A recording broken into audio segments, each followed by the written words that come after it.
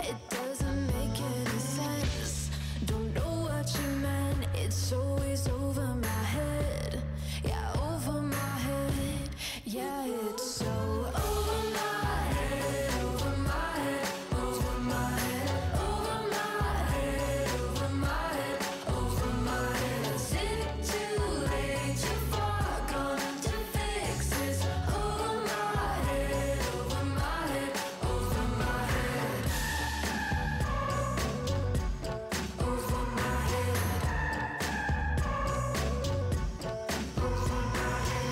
You take the simplest thing and always complicate it. Talking in circles got me dizzy like a merry-go-round. It shouldn't be so hard to have a conversation. I'm sick of fighting with your ego. I wish you would admit, but I don't understand. It's always over my head. Yeah, over my head. Yeah, it's so over my head, over my head, over my head, over my head, over my head, over my head. Is it too late? Too far gone to fix this? Over my head, over my head, over my head, over my head. So tell me all the things that you are thinking. Tell me what it is that I am missing. Don't want this to slip out through our heads. Don't want this to go over my head, over my head, over my head, over my head, over my head, over my head. Is it too late? Too far gone to fix this? Over my head, over my head, over my head, over my head, over my head, over my head, over my head, over my head, over my head. Is it too late? Too far gone to fix this? Over my head, over my head, over my head, over my head, over my head, over my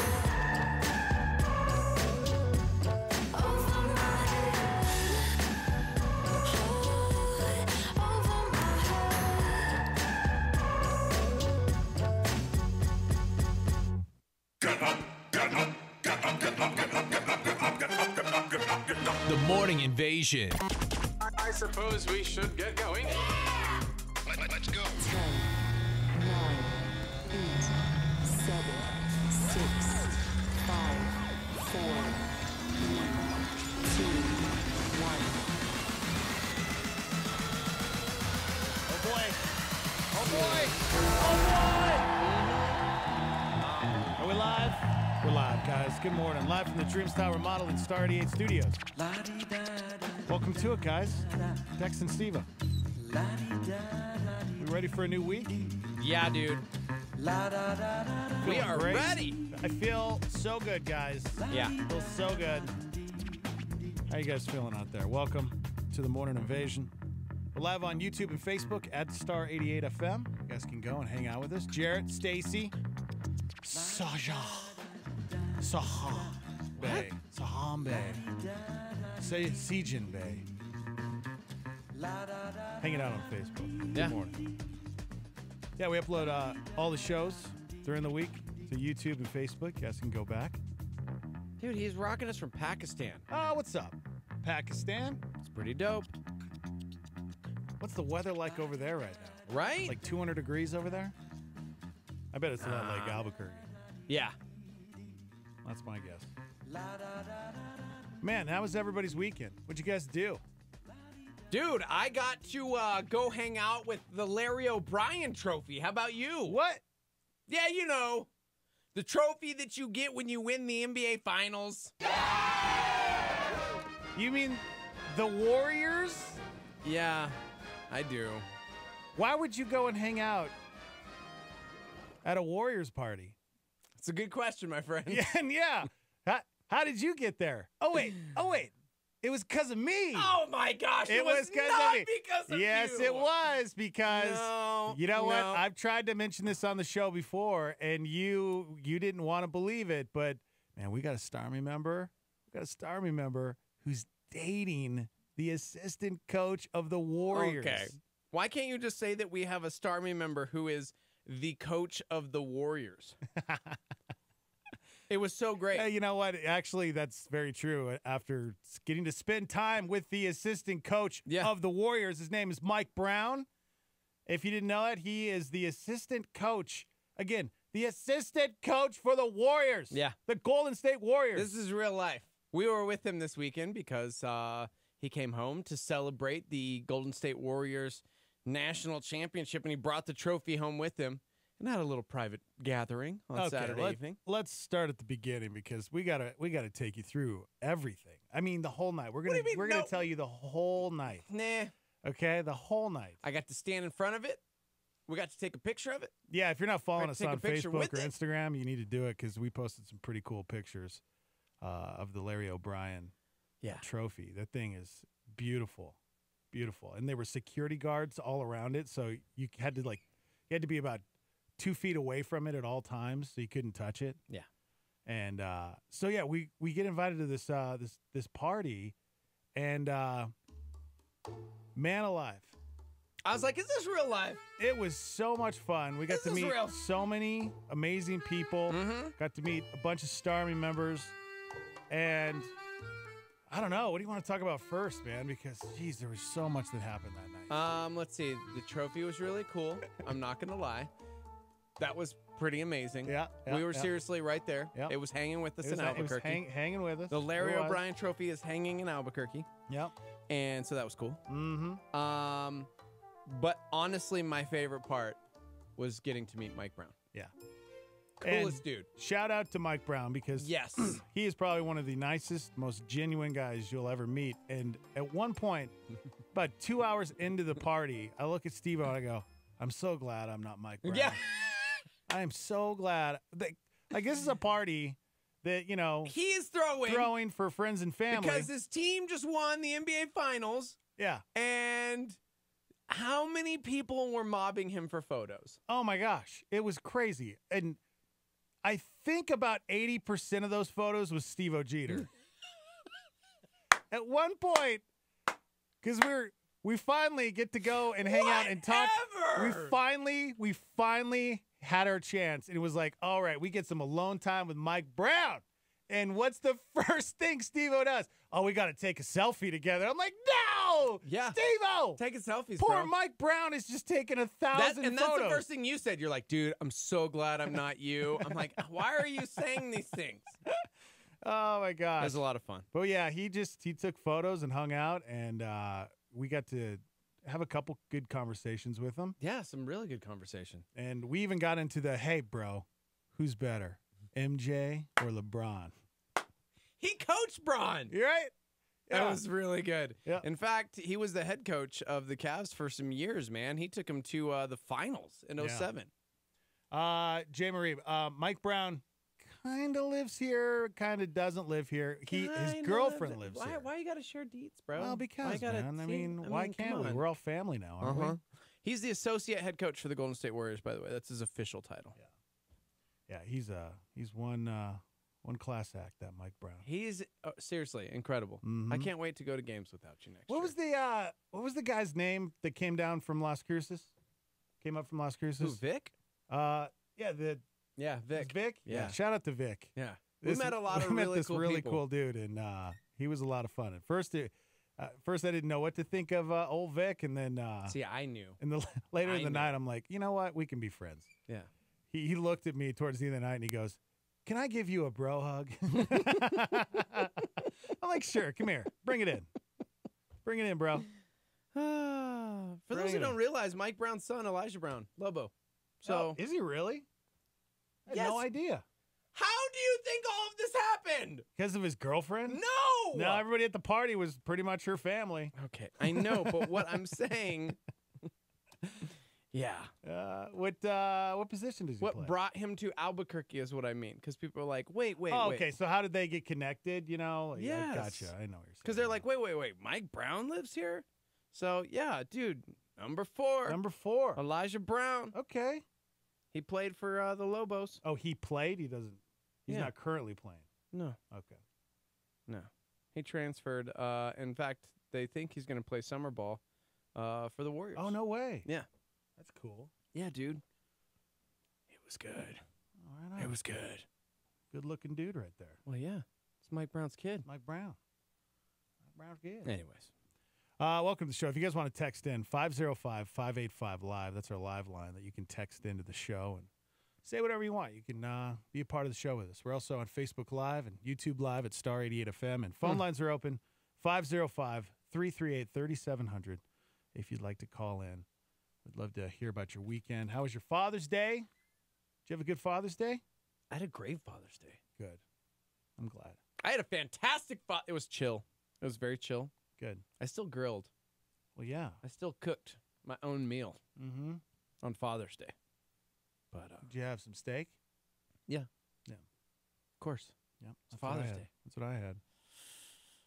Good. Really good. We got a huge show today.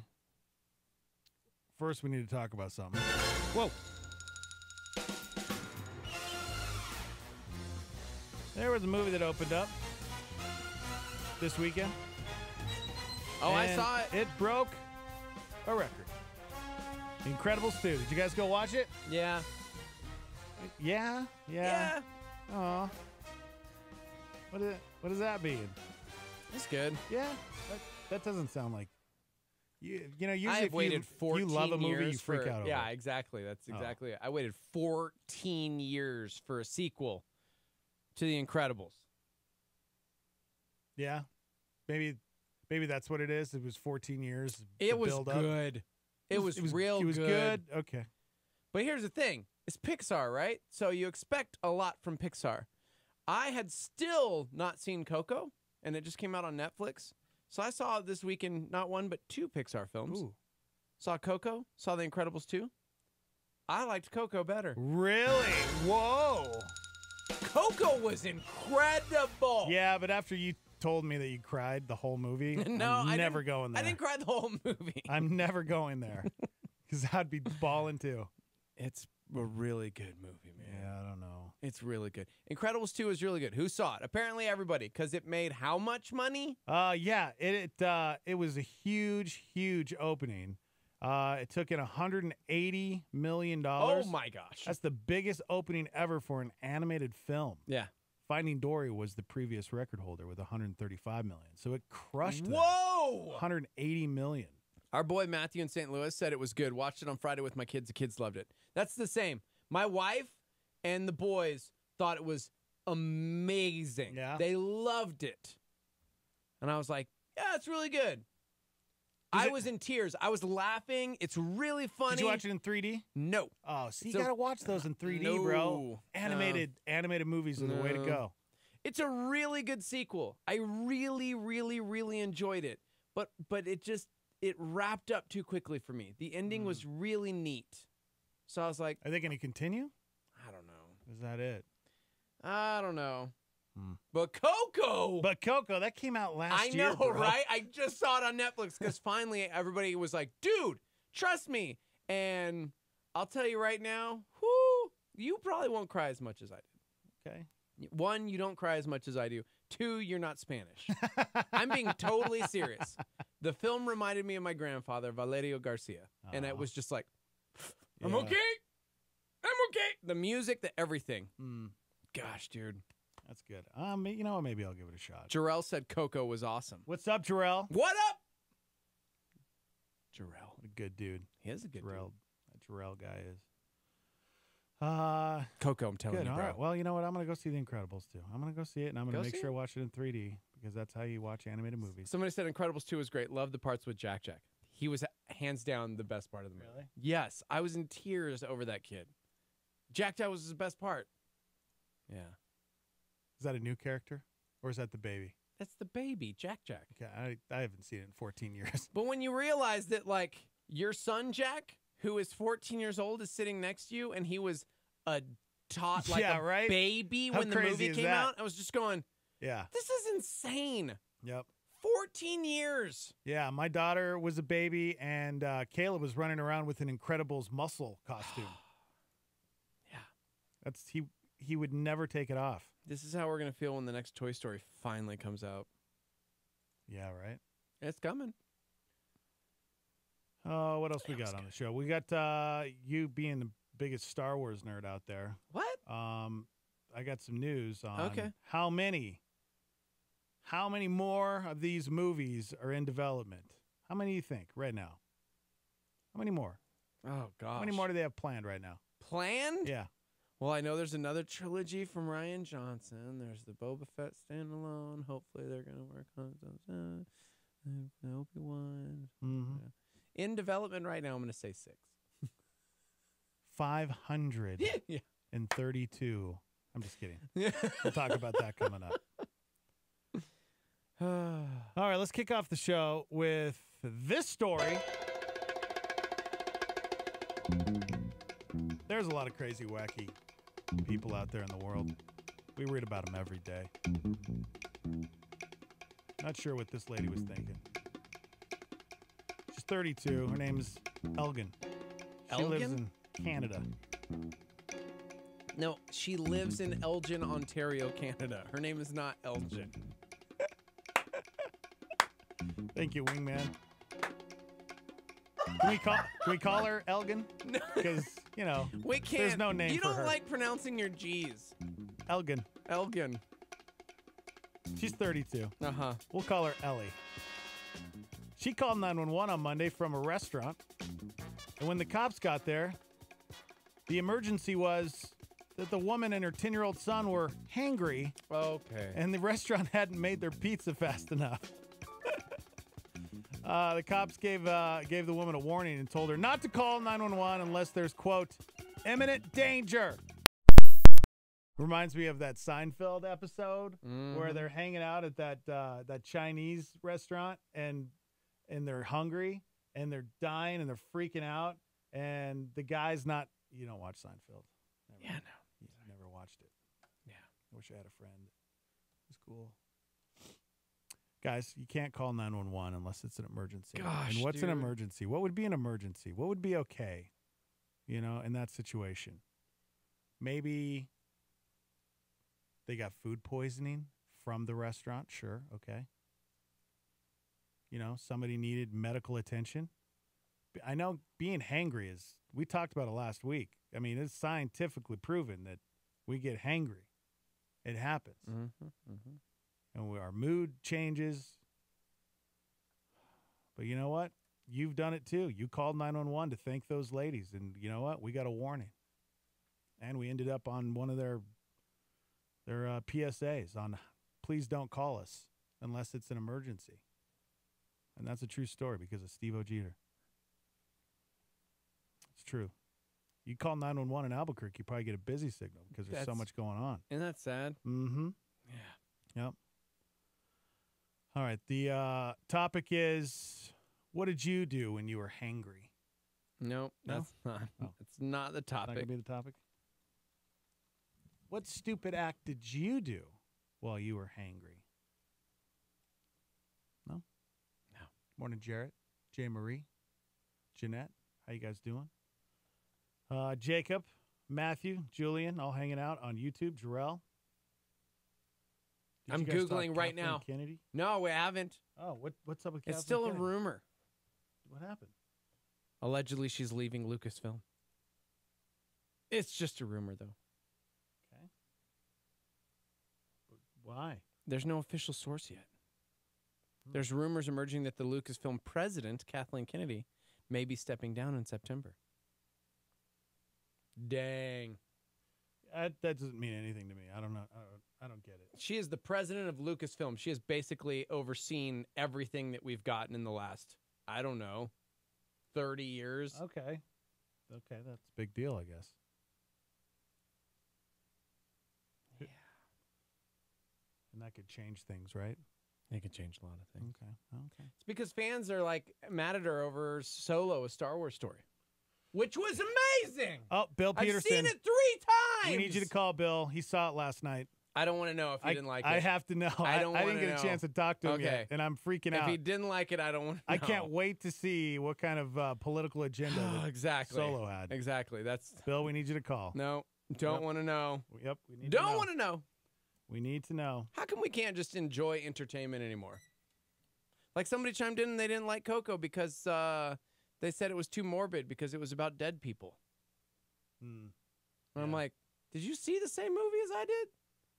It was family. Mi familia, bro. Yeah. It's good. I don't, like, I'm going to go back. People are weird, man. They just, just people That was a are, good movie. there's just different types out there. And I guess that's good. Because everybody likes, M&Ms and Starburst because they have different flavors, bro. Okay. Yeah, she's been with Star Wars since the originals, Kathleen Kennedy. And so if she really does step away, what are we going to get? I don't know, bro. I loved Solo. Anyways, 505-585-LIVE. You can text into the show. that's right. All right. Woo! Got a new workout program for you guys. You realize we are so close to Freedom Celebration? Gosh! Yeah, that's Less than 2 weeks away, guys. our big event this summer. We'll give you all the details coming up. Thanks to everybody that supported on Friday. We asked for your help, and you guys came through. We appreciate it so much. Mm-hmm. You being a soccer fan, man, Oh, did you dude. hear about the big upset? Mexico Did I hear about took it? out Germany. Did at I the World watch Cup. it? Did you hear about the Richter scale? Yeah, the fans celebrated so hard that it caused an earthquake. 1-0, bro. How crazy is that? Defending world champions lose to Mexico. Uno to nada, bro. We'll talk more about that when we come back. 505-338-3700 if you'd like to call into the show. We're also hanging out on Facebook Live and YouTube Live at Star 88 FM. We'll be right back. Hang out.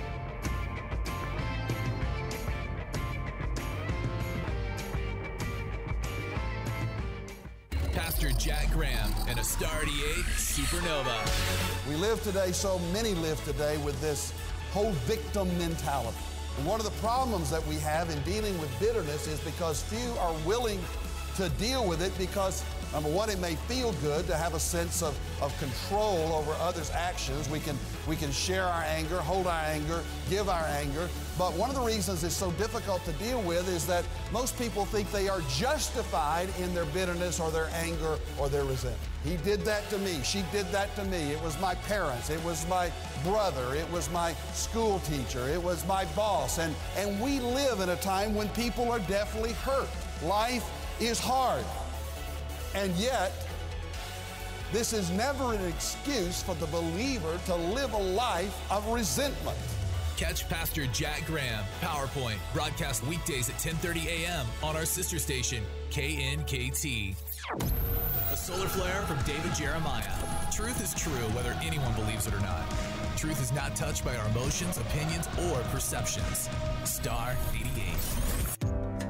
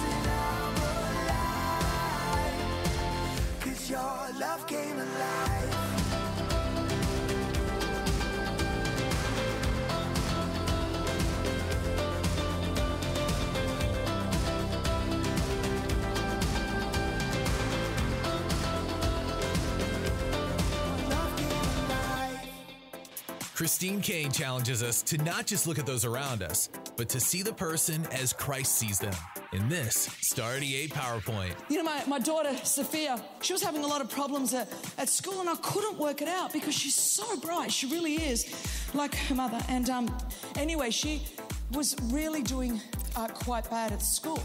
And I thought there's a disparity here. I wasn't kind of being one of those, mothers that think your kids are awesome. I really wasn't. But I thought there's just something not right.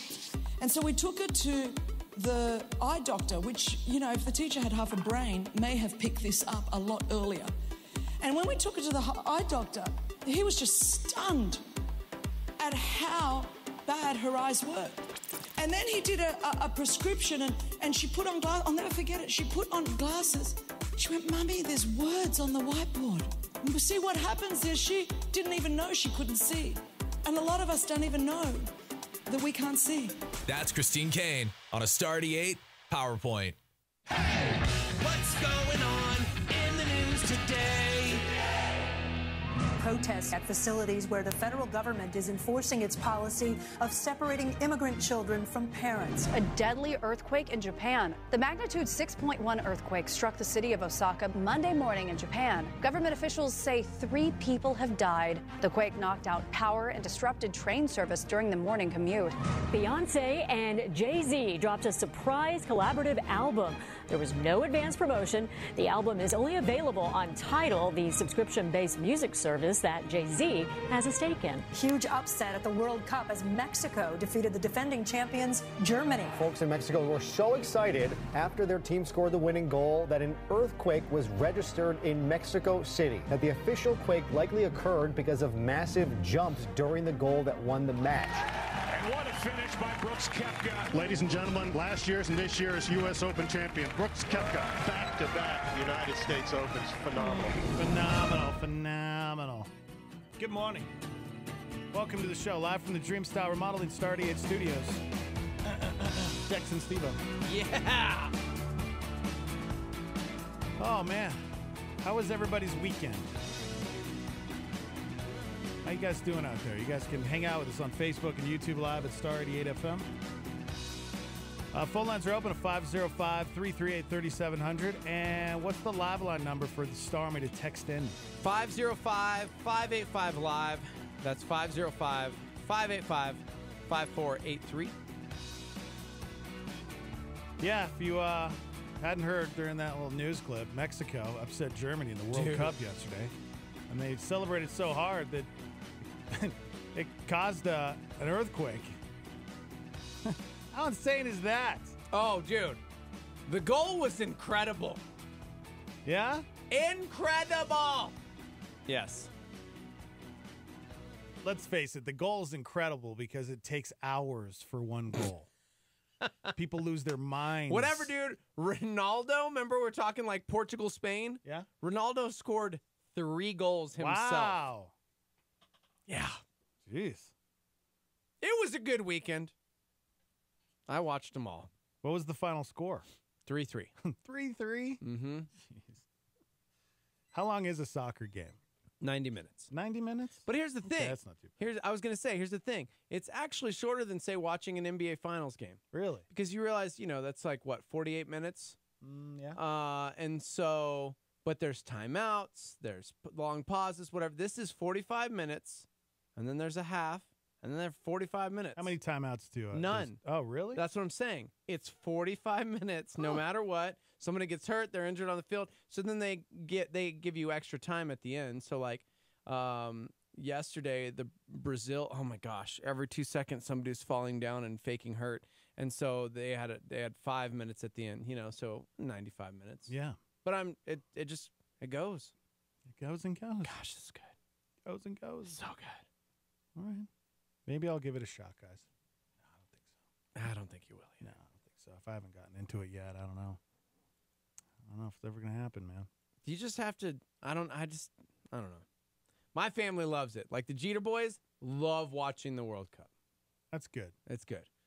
And I kept thinking, in 8 years, guys, when it's in America, we're going. I don't care where. And then I thought about it and was like, in 8 years, they're both going to be gone. In college somewhere. Yeah.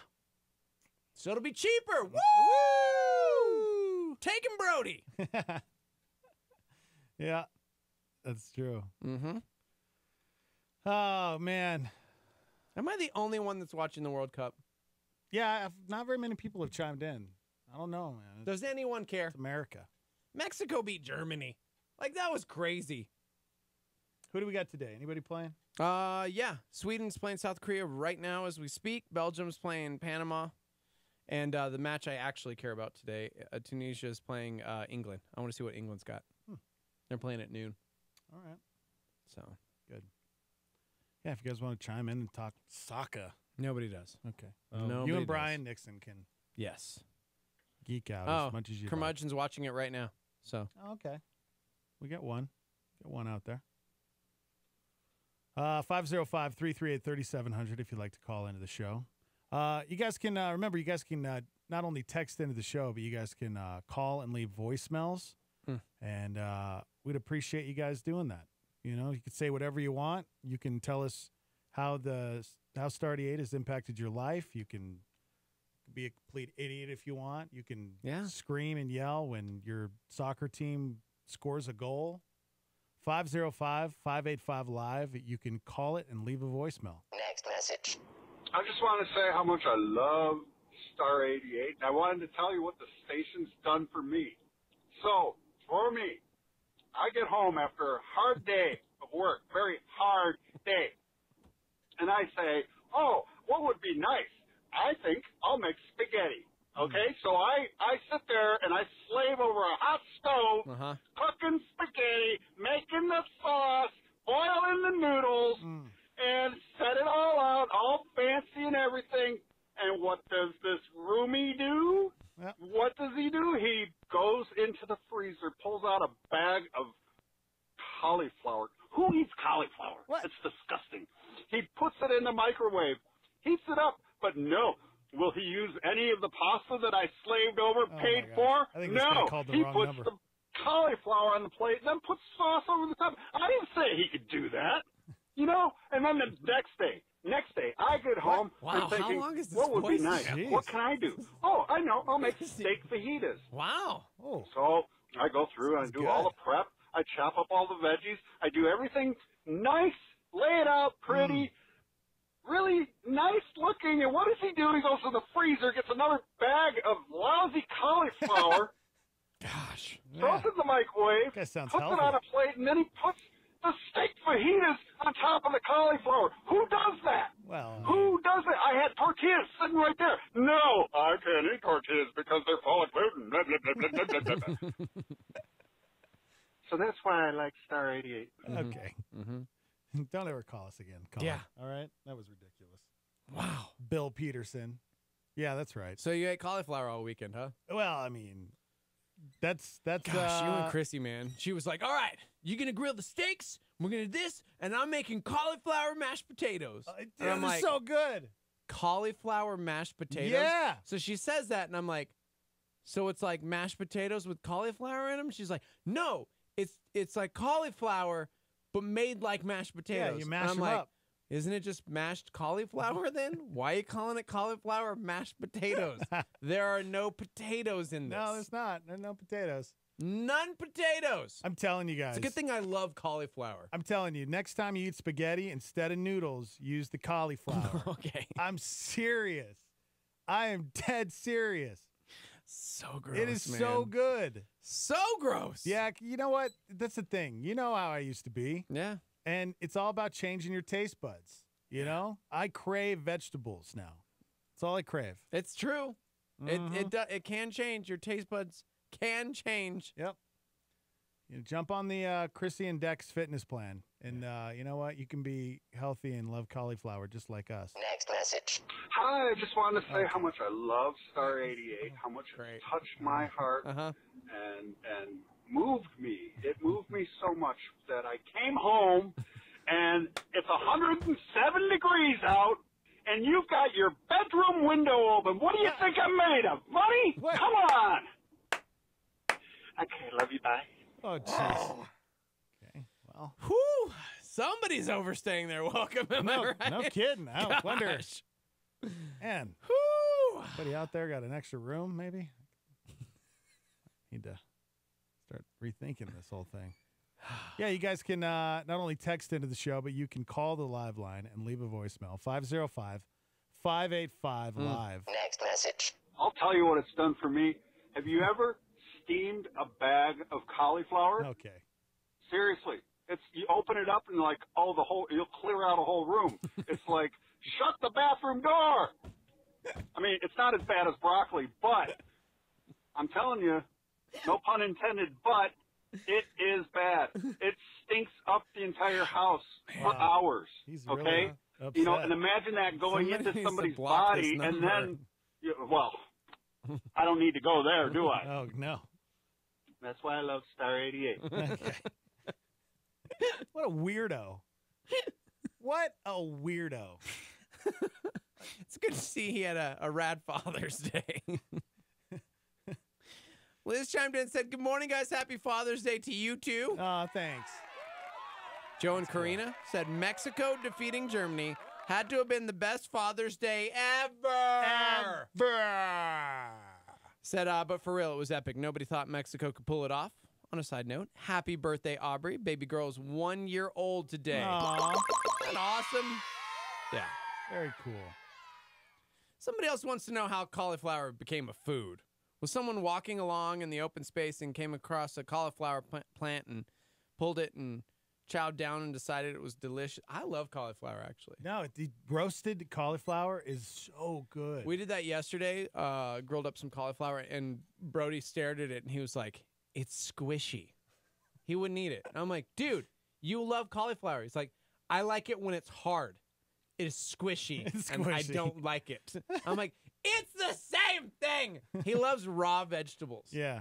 When they get like steamed or cooked or something, it freaks him out. Well, it's that consistency thing. I guess so. I love raw broccoli, raw cauliflower. Mm-hmm. It's weird. Ah, me too.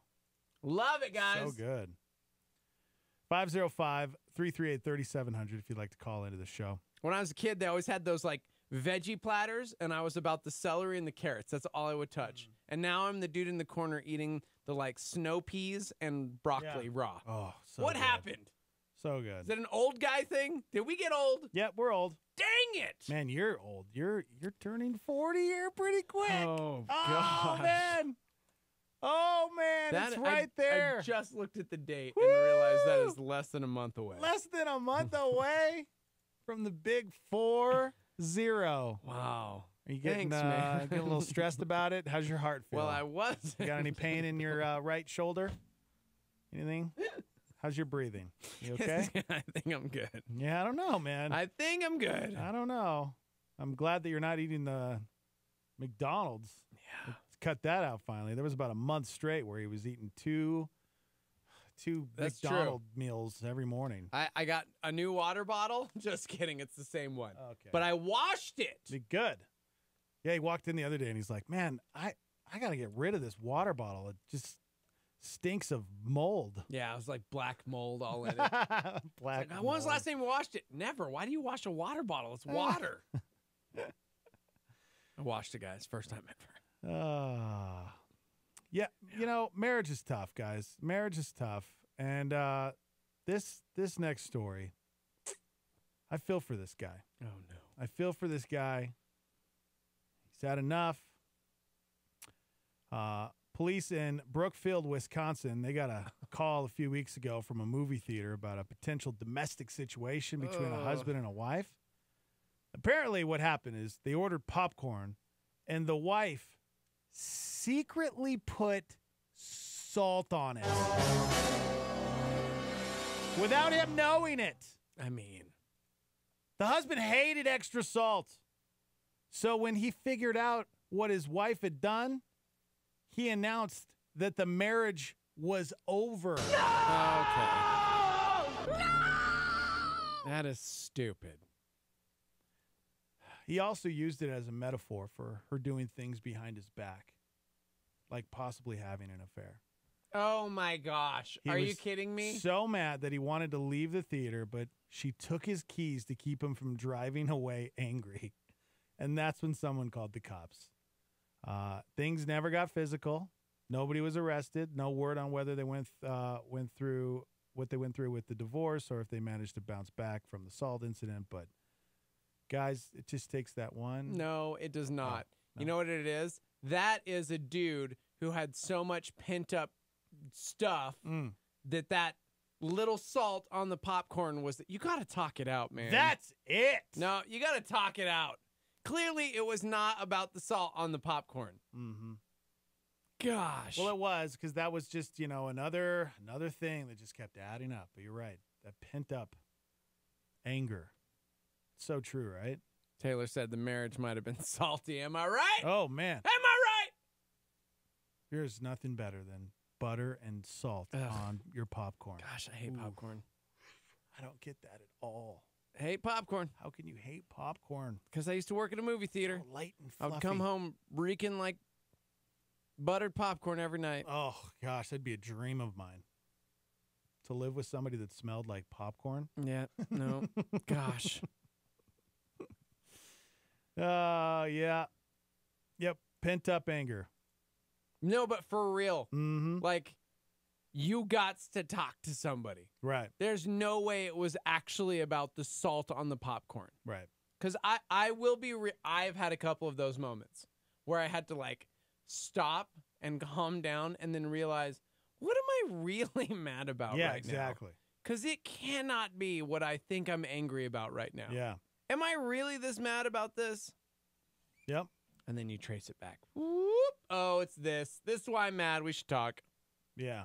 Yeah, because, he thinks his wife is having an affair. So right. That's the big It was thing. not the salt on the popcorn at the movie theater. Mm-hmm. Maybe it was the movie. Maybe he was grumpy because she picked the movie. He didn't want to go to that movie. What movie were they at? It's a good question. I wish we had more details on this, Yep. I really would like to know what movie they were at. Somebody says they want some Old Spice buttered popcorn scented deodorant. Gross, Ooh. guys, I'm telling you. You know what? I'd use that. No. You come home smelling like popcorn long enough, and that was it for me. I don't even like, if somebody starts doing the microwave popcorn thing here in the office, that's like a declaration of war on my senses. Really? Yes. Can't do it. As long as they just don't burn it. Can't do it. If it's burnt popcorn, then I'm out. I'm out. Yeah, that's another good reminder, guys. If you are married, got to talk it out. Got to talk it out, guys. 505-585-LIVE if you'd like to text into the show. Somebody said popcorn Jelly Bellies. The jam. Popcorn Jelly Bellies? You've never had buttered popcorn Jelly Bellies? Oh. That's the thing. Throwing the candy in there in the popcorn. No. Buttered popcorn flavored Jelly Bellies. Oh, I know. But it made me think about throwing candy in my popcorn. Oh. I have a friend who does hot tamales. Yeah? They sprinkle the hot tamales in their popcorn. And I'm just like, I've never had that, but it's it so sounds good. gross. Because I already don't like popcorn because you get the little kernel stuck. And now basically you're adding an adhesive to that. Yeah. Right? So you're throwing in the buttered popcorn and some hot tamales in your mouth at the same time. So you're just gluing the kernels to your teeth, to your gums. Those popcorn balls you get at Halloween. Gross. I don't really like those. You are crazy. I'm not a big fan of those, but that's what it reminds me of. Mm-hmm. Yeah. Good morning, Starmy. Good morning. So who's this? I'd like to talk about this Han All By Himself movie. Oh, yes. Bill Peterson is here, everybody, and he is going to review Star Wars, or Solo. No, Solo. I don't know if I want to hear it. Solo. I don't know. Bill, you and I usually don't see eye to eye when it comes to movies because you think way too politically and deeply about them, and you're like, well, that one character represented North Korea and Trump and the blah, and I'm like, no, it's just a movie. So Jake, your son, took you out to see Solo. Happy Father's Day, by the way. Yeah, thank you. It was a wonderful Father's Day. We went to a little restaurant. Remember where Stumbling Steer was? Oh, yeah. right by Cottonwood. It's a whole bunch of little restaurants now, and we went to one of them. It was Don't say it. spectacular. He didn't say It that. was spectacular. He But just said a I random. know. I don't remember the name. I don't remember. It was Desert something. But Okay. All hey, right. so this Han by himself thing. Yes. Yeah. Solo. No. That has nothing to do. So what's Han short for? Jonathan. Is it Jonathan? Dude. Jonathan. Duh. Jonathan. Goes by Han. Yeah. Okay. Okay. I'll give it about a B. Oh. You give it a B? Yeah. All right. I enjoyed it. Mhm. It was a little gritty. Okay. Mm-hmm. I thought Chewie's performance was spectacular. His dialogue. I mean, it's Academy Award winning dialogue. Get out. Just, there were certain parts where it just broke my heart, where he, helped out the other Wookiees. Right? No, seriously, I did not see anything political in this movie. Really? It was actually. What? Are you kidding me? What? Are you? Wow. That's mind blowing. That is mind blowing. Except for Oh. the rights for the androids, which was like that was comical though. yeah, That was funny. that was for comedy relief. Yep. Huh. I agree. All right. I was surprised. I was pleasantly surprised. I liked the little twist at the end. Okay. I'm like, wait, what? What? Yep. No. Yep. Oh, look at his feet. Oh, Yep. look at his feet. Yeah. How did he climb out of that hole? Okay. Wow. Anyways, I actually enjoyed it. Okay. Yeah. So yeah. You don't even I know was what to surprised. do because you're not negative right now, so you don't know how to Right? talk. You're speechless. I know. I want to be negative about it, but That is- I have nothing in me. There you go. There you go. That is mind blowing to me because you usually find plenty, so many different things that you can complain I- about that nobody I'll else be complains honest. about. I'm not disappointed that Kathleen Kennedy's going to get tossed out. I mean, I think she kind of ruined Star Wars for a little while. Okay. All right. Okay. No, seriously. I hope this is a turn for the franchise where they just go back to good old fashioned storytelling. There you go. Same thing with Infinity Wars. Fantastic. My favorite of all the Marvel movies. Okay. Hands down. All right. So Look at this. maybe they're wising up and realizing, inclusion riders and Me Too and all that stuff needs to just stay political, not put into our storytelling. Okay, I was like, it's still important, Bill. It's still okay. He no, said it's it not. said it needs It's really to be not separate. that important. The important thing is to tell a good story so you generate a lot of revenue and a lot of ticket sales. Right. Yes. It's about capitalism. You preach Love it. you guys. Bye. Love you too. Bye.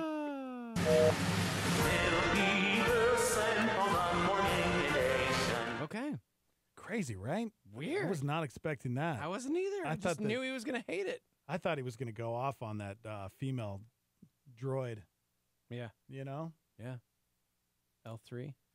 But speaking of Star Wars, there may be as many as 9 Star Wars movies in development. Gosh. 9. You said 6? 9. Oversaturation right there. Yeah, I will say, as a fan, I mean, that's a lot of movies. That's a lot of movies. But if they're doing it like the way Marvel does it, where, you just get some different characters and you have some fun. Right? It can be fun, right? Yeah, I guess you're right. I mean, it doesn't bother me that they're doing it, but I'm just wondering if because Solo didn't do as well as they planned, I wonder if that's why. 'Cause people are like, I need a break from Star Wars. Yeah. But or maybe it really was. Do you think if they would have gotten a different actor to play Han Solo, it could have done? No. Because for me, honestly, when I saw the trailer and I saw him, at first I was hesitant. I was like, I don't know about this. Yeah. And he definitely, I Gosh, thought he was nailed great. it. I thought He he did a nailed great it. job, but I wonder if that's what kind of Deterred some? holds people back. Yeah. Because when you have that big actor, it's like, oh, can't go wrong with Brad Pitt or, Harrison Ford. But all you would see is that actor. I liked it. I didn't know who this kid was. And so now he's just solo. Yeah, that's true. Did a good job. He did. Did a really good job. 9 is a lot of movies to be in development. 9 Star Wars movies. Curmudgeon said, why is it people complain about needing a break from Star Wars, but there's a new Saw movie every other month? Okay. Really? Touche! That's hilarious. It does seem like every other horror movie that comes out is the same one. It's either, they've got a doll in it. There's some doll thing or some house thing, and they all look exactly the same to me these days. Yeah. That's true. You guys want to text in 505-585-LIVE. Also, phone lines are open, 505-338-3700.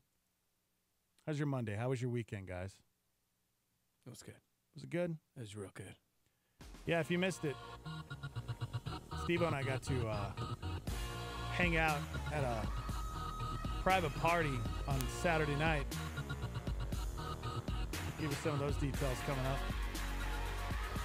It just has to do with the Golden State Warriors. You were so excited. Gosh. All right, we got to take a quick break. Coming up, new workout program that shocks you while you exercise. Okay. I don't know, man. I don't know if I would be able to do that one. Also, it's currently 0-0 at halftime. Sweden, South Korea. You know Tom Brady? Yeah.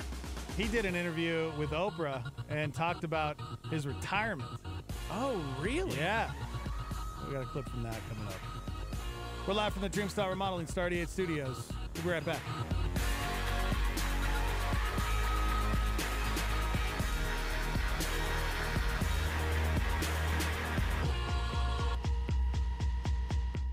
Star 88 thanks Jake Canales at Doorway Home Loans for becoming a power partner. Jake Canales at Doorway Home Loans provides VA, FHA, USDA, and conventional home loans for purchase and refinance mortgages. Jake Canales, Doorway Home Loans, 505-261-5138. Doorway.com/Jake-Canales. Philippians 4:13. NMLS number 310617. Doorway Home Loans, a DBA of International City Mortgage Incorporated. NMLS number 222730. Start your 4th of July holiday with a freedom celebration at Isotope Stadium. Friday and Saturday night, June 29th and 30th. Music, soft toys, fireworks, and a celebration of true freedom with Skip Heitzig. 2 fantastic nights, and it's all free.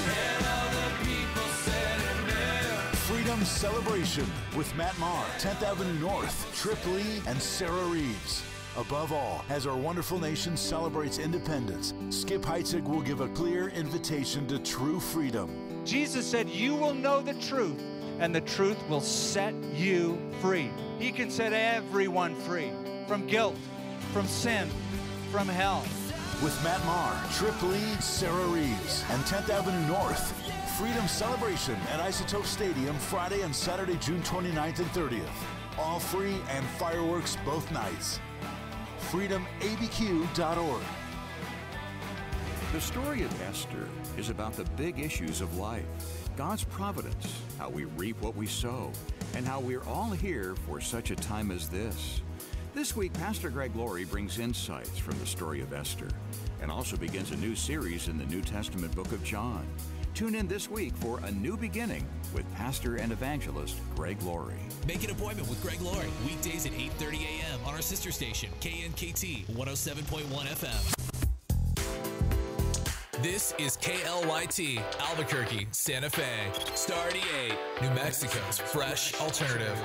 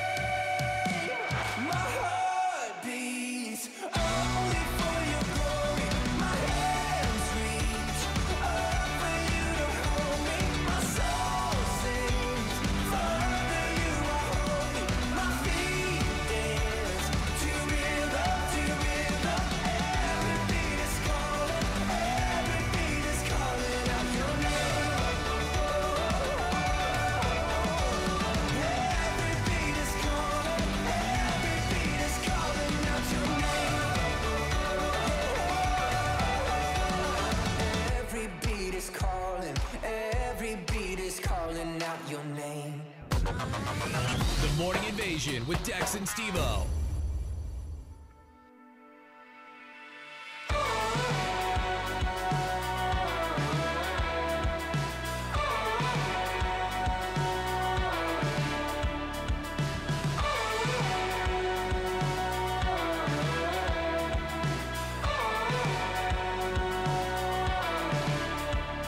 Just one look at you, I saw the truth.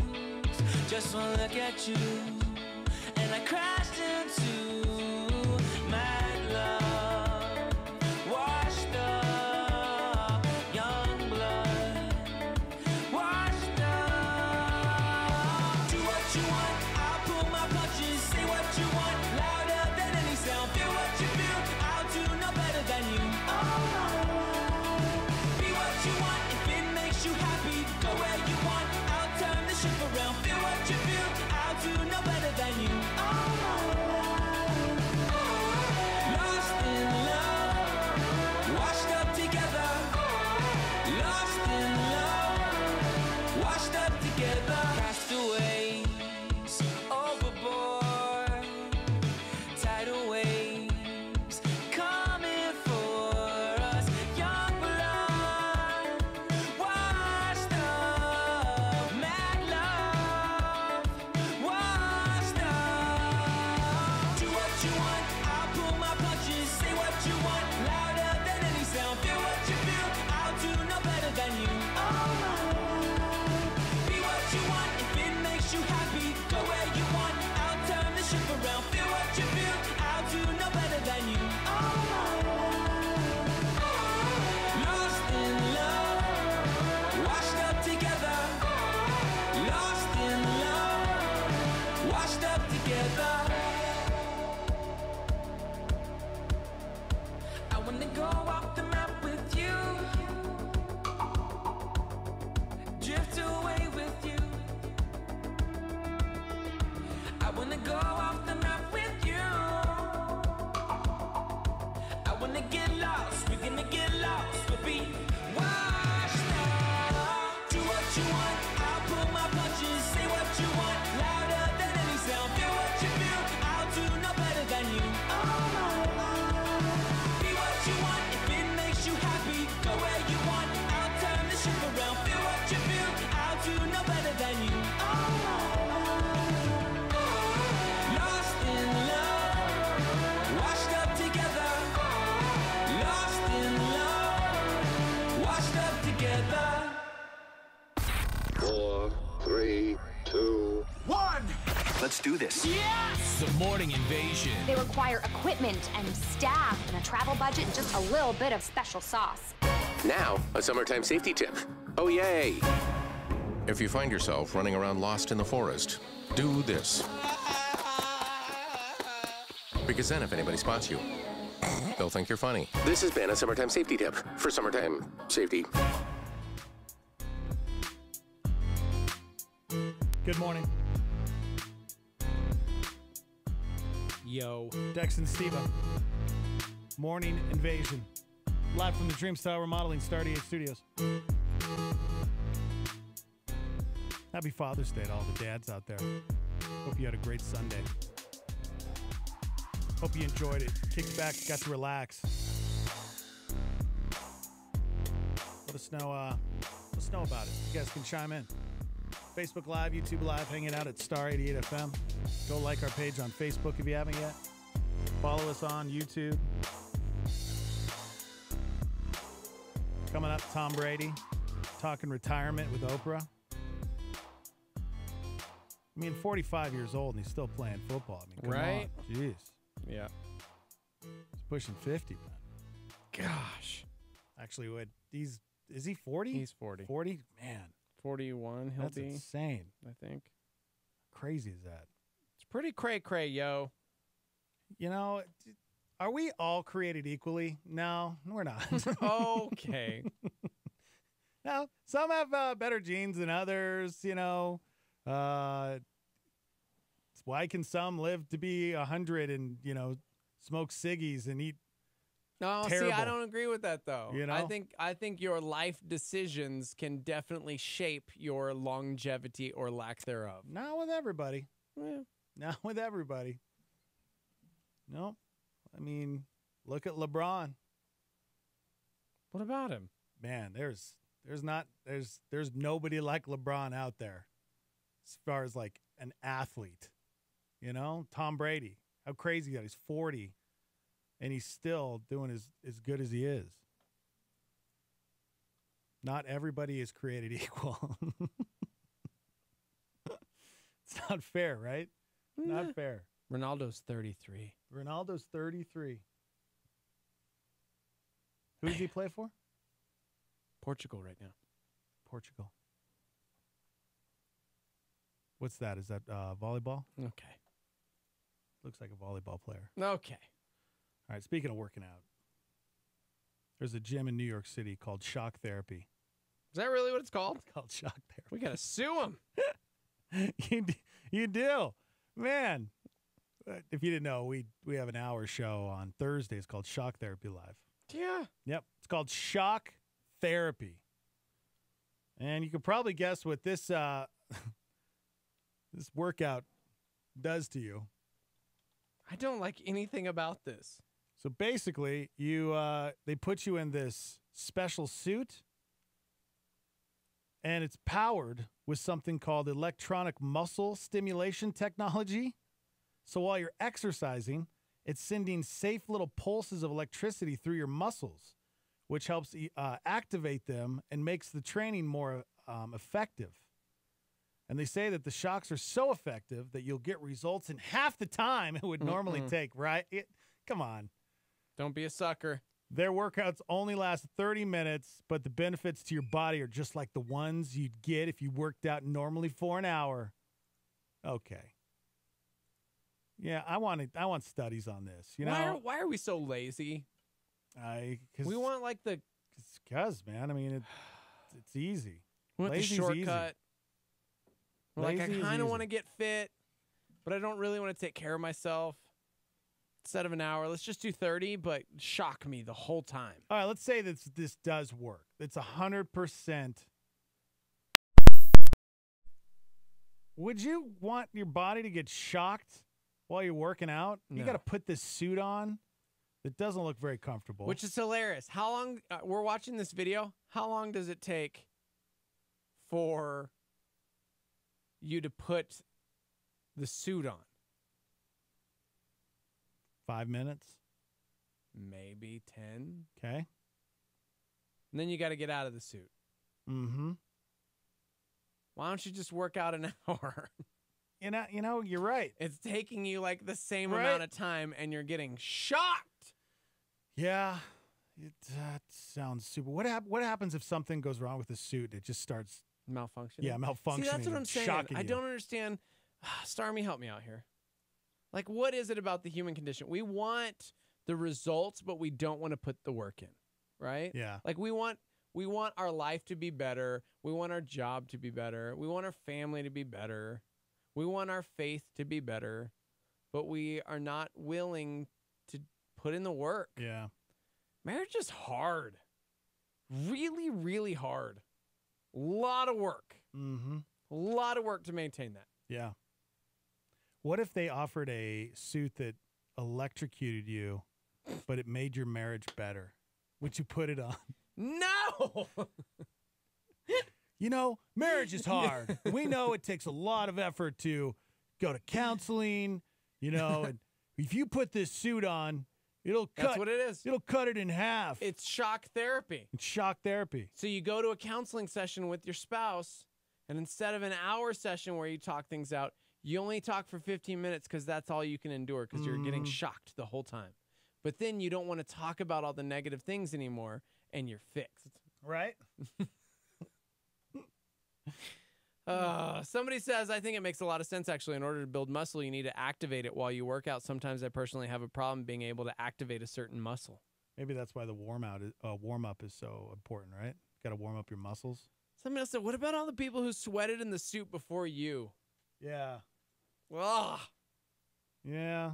I don't know. I mean, if you think about gyms in general, though, I mean, some gyms do a good job of cleaning and wiping up the sweat, but if you really think about it, it's kind of gross.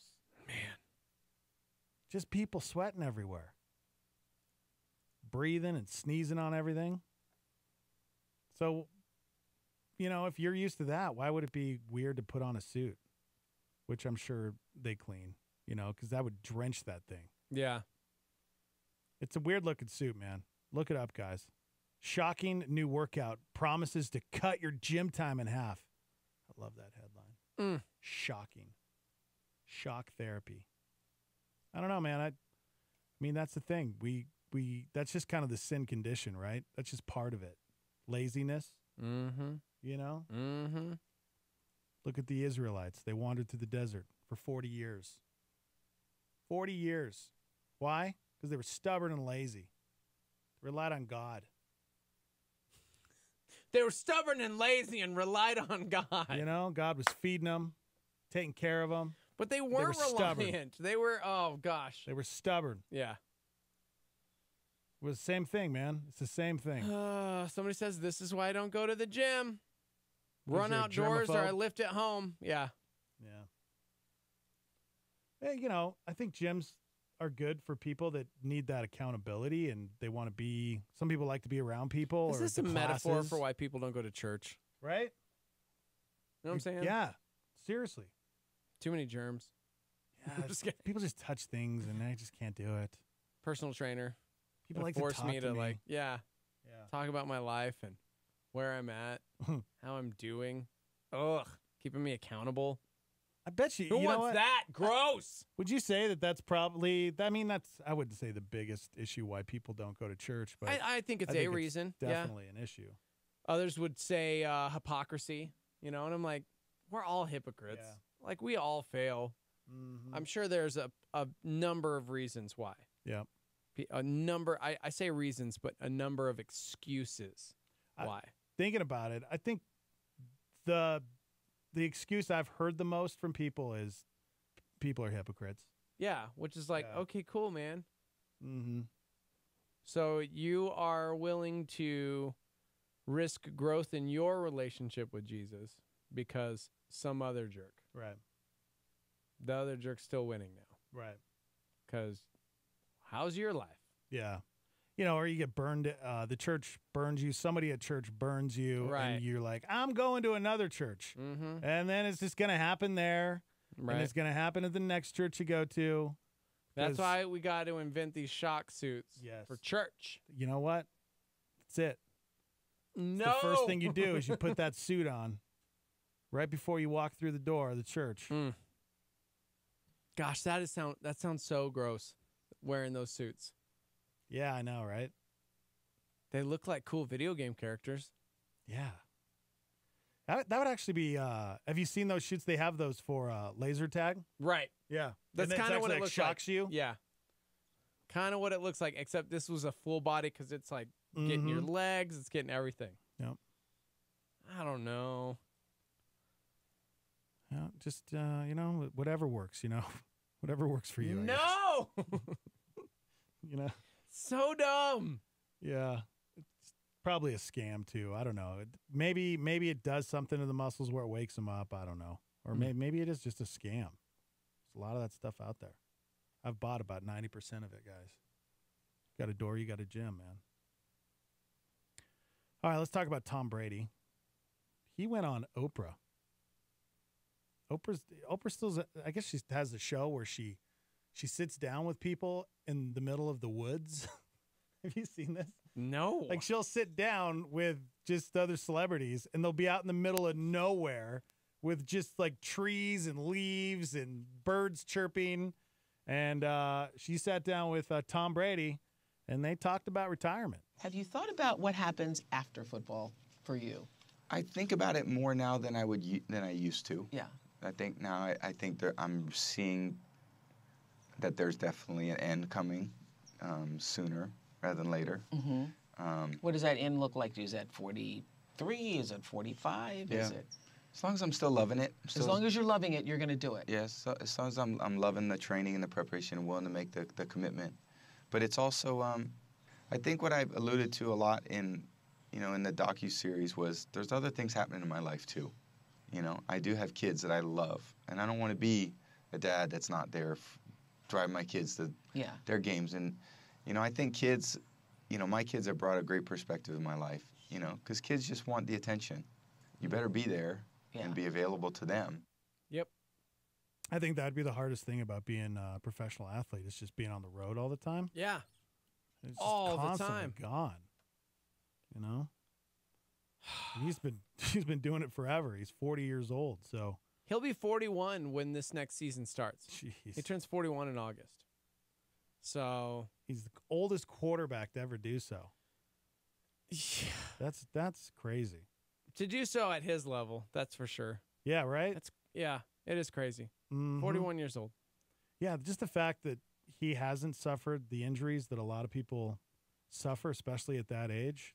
That's what I'm talking about, man. He's just built different than most people, you know? He just is it's just a weird thing, you know, that he can be able to withstand a lot of that stuff. But I do think his discipline, there's a lot that goes into that, because I don't want to say that, oh, well, I mean, clearly when we were created and formed in the womb, like God has a plan and a purpose. Like every single human being that is born has a purpose. Mm-hmm. I do think, yeah, maybe his regimen, what he does, the discipline has made him who he is. Yeah. But I don't think specifically it was like, and then there's this guy, Tom Brady. Like we all have the capability to do some things. You know Yeah. what I'm saying? But we don't push. We don't go. I bet you that guy Right. works harder than anyone. Yeah, I showed you this this basketball star. He's like his viral, like he's the next big thing.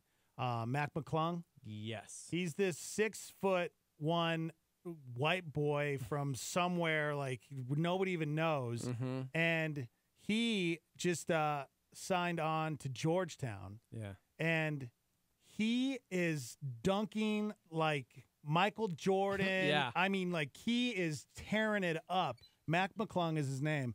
And I was watching a documentary on this kid because everybody's wondering, okay, how is this possible that this 6'1" kid is dunking over these players, and he's doing he's doing he's Spider-Man in real life. 360s. He's dunking, He's doing, like reverse yes. reverse dunks. He'll in the middle of a game, he'll go underneath his leg and do a windmill slam dunk. It's insane. In high school. In high school. In high school ball. Yeah, he broke so many records. Yeah. He just broke Allen Iverson's scoring What? record. Yep, he did. And I don't like him now. in the documentary, they're interviewing his parents, and his parents were saying when he was in junior high school, he told his dad, "I just don't want to be good, Dad. I want to be great." Yeah. And so his dad said, "Okay, well, if that's what you want, let's do it." Yeah. And every day he would spend hours in the gym lifting weights Yep. and hours shooting hoops. Hours. We're Yeah. talking like 2 to 4 hours a day. Every day. And Mac McClung said, a lot of kids, they go out and party and Yeah. like to hang out with friends and play video games. I don't do that. Yeah. Like that's crazy how some people are just so focused on what they want and they're willing to do whatever it takes. Right. Especially at that age when you're in Mhm. junior high or you're in high school because you're lazy and you want to sleep all the time and you want to play Fortnite. And I mean, I'm kind of having the same issue with Landon. He wants to be great, but he's not willing to put in the work to be great. Right. Yeah. You got to spend hours in the gym. You got to hit the weight room Yeah. if you want to be better than everybody else. But It's crazy, dude, thinking about it, because it's so true. Luke has been going through that right now as well. Yesterday, him and Jack took off to the park to long toss because arm strength. It's arm strength. You got to get your arm strength up. Yeah. And so watching your children who have this desire, wanting to see them succeed and knowing what they have to do to succeed without trying to force it on them is difficult. Yeah. You're like, you want to be great? Yeah. I know it's tough because you don't want to be that dad, Right. But then again, it's like I always talk when I talk to Landon, I'm like, if you want me to push you, I'll push you. You want me to be that dad that's like gets you up and motivates you to do and to be great, then I'll do it for you. But right. if he doesn't want that, I'm not going to push him. I mean, you have to. Well, I mean, you can push him in other ways, but I'm not going to be that dad that's yelling at him. And then he's like, I'm done. I'm not playing basketball anymore. Yeah. You know, you want them to enjoy it, you know? Oh! Goal! Oh, did we get a goal? I don't know. You know, nobody's watching. There's like one other person in the Star Army that's watching. Sweden just scored. Sweden did? Who are they playing? South Korea. Okay. Thanks, Paul. Paul. Good morning. Good morning, fellas. How we doing? Good. How are you doing? Oh, it's Monday, but I'm doing. Yeah, So I got a couple things, just sports related, because I heard y'all talking about A, the World Cup, and B, Tom Brady in greatness. Have y'all seen that? And I might have missed it, but have y'all seen the Facebook documentary about Tom Brady that they just did? I'm like not. Being No. Brady, but it goes in depth into his life, like throughout the season and even the off season. The man is the most disciplined and structural guy I've ever seen, and it's almost a religion to him. Like he wakes up and he has like a banana milkshake type protein shake every single morning. He wakes up at like 4:30, watches game film, and then even when he's on vacation, he'll take like all of his equipment with him and do like all these drills on the beach while Giselle's out on the out on the waves surfing. It's insane. Wow, the dude's a freak. Yep, you need to watch it. It's called Being Brady. It's unbelievable. And then going back to the World Cup, so I went to South Africa back in 2010 on a mission trip right before the World Cup was in South Africa. And it's amazing how the World Cup affects people. Like I used to play baseball, and I was lucky enough to play college baseball, and I went and did this mission trip to South Africa. And you see kids over there playing soccer with a ball rolled up it's basically a ball rolled up of trash. Like it's just a whole bunch of trash rolled up. And then I'm sitting there going, these kids love a ball that's made up of trash while I'm spending like $500 on a metal baseball bat. Yep. So it just puts things into perspective. So that's why I love watching the World Cup. And Dex, you need to really give it a try. Heck I know Steve-O was trying. I know Dex is trying to. You're kind of on the fence about it. You just watch it. Like there's so much passion.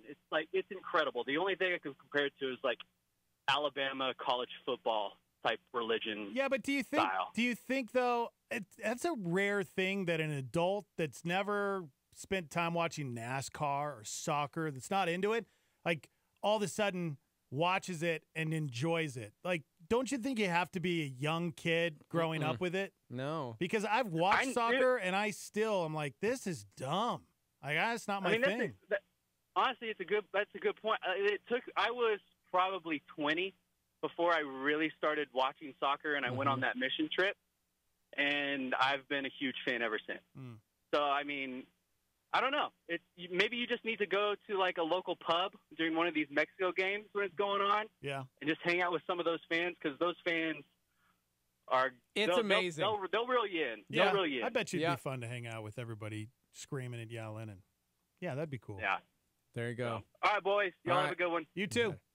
How is everything an analogy of the church today? Bring it back. No, I'm being serious, man. Just thinking about the fans. We were talking earlier about how people's excuse for not wanting to go to church is because of the people. Right. And how they're hypocrites. And then this dude's talking about how the World Cup is amazing, because that's what it was for me too. My roommate, Jacob, played soccer and was a huge soccer guy, and I couldn't have cared any less about soccer. There was no less care in me. And it was the cup in, I want to say it was 2002. It was incredible to watch because he was so excited about it. Yeah. And he brought over a few other friends who were so excited about it. And the 2002 Cup was the first time that it kind of clicked with me, and it became something amazing. And it was because of his passion and because of his excitement for it. And he's right. If you go see, if you watch a match with other fans, like back then, nobody had 147 channels. Right. And so we were at like Sajio's for every game. You know what I mean? Like with a bunch of other fans, and people are like painted up at this Italian joint. You know what I'm saying? And it was like, this is awesome. So when you're excited about something and you're passionate about something, I think it can get other people to be excited and passionate about it. You're absolutely right. The church. Yeah. Do better. do better, guys. We can do better. We can be better. 505-585 face live. paint next Sunday. Yeah? Yeah. Skip somebody like, why is Steve-O wearing? And be like, dude. Have it like red on one side, white, and it's gonna be like the cross in the middle. It's gonna look amazing. You guys can hang out with us. We're live on YouTube and Facebook at Star 88 FM, and phone lines are open 505-338-3700. We're live from the Dreamstyle Remodeling Star 88 Studios. We'll be right back.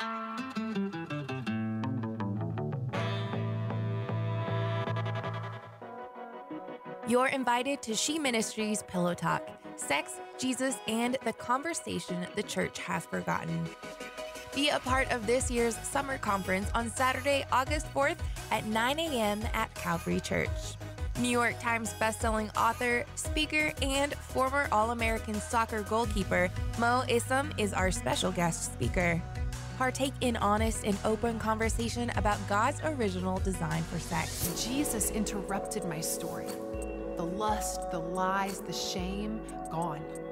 He opened my eyes and my heart to the truth about sex. Because, disclaimer, sex was God's invention. Don't you think he knows all about it? We need to talk about sex, Jesus, and the conversations the church forgot. Registration ends on June 30th. Tickets are available at Parchment's Bookstore or online at sheabq.org. John Wesley on a solar flare. Give me 100 preachers who fear nothing but sin and desire nothing but God. And I care not whether they be clergymen or laymen. They alone will shake the gates of hell and set up the kingdom of heaven upon earth. Star 88. I could write a million songs for this, feeling that I can't resist. I knew it was right when you broke into my life. Tell me all the places we could go. If we never try, then we'll never know. Yeah, we'll be alright even outside of the lines. I won't give up on you, cause you don't give up on me. We can paint this town together, we can bring this world to color. I won't give up on you, cause you don't give up on me. Going all out for each other, we can make it last forever. I'm gonna love you till my heart stops beating. I'm gonna love you till my heart stops beating. I'm gonna love you till my heart stops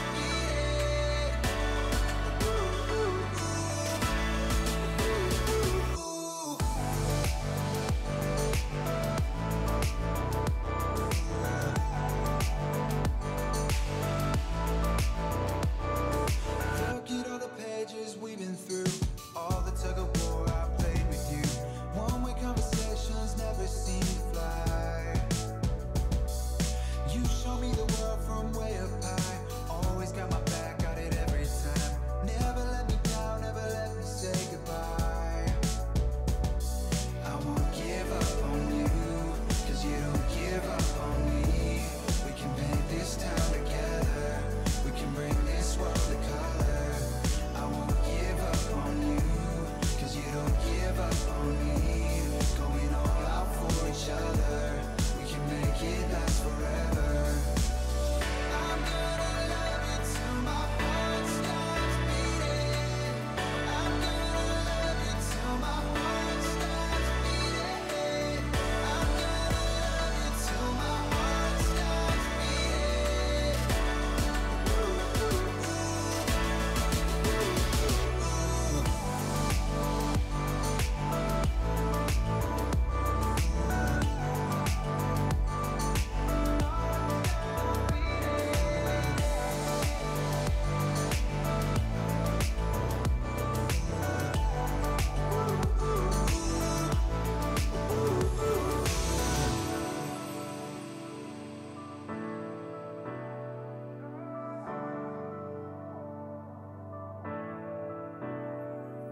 I knew it was right when you broke into my life. Never let me down, never let me say goodbye.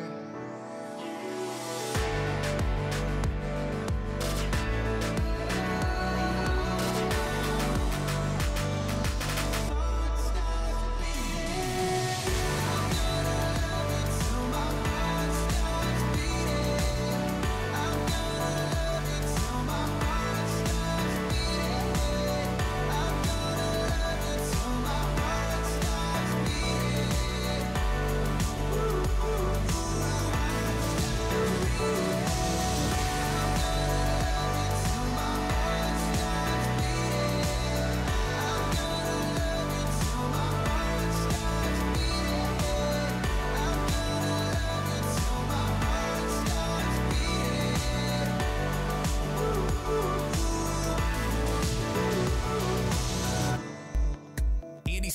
examines the life of David in this Star PowerPoint. Throughout his imperfect reign, he was never confused. David was never confused about the identity of Israel's true king. He never was confused about his limited role. And in spite of his popularity, in spite of his talent, in spite of his success, and in spite of his extraordinary power, he was never, ever confused.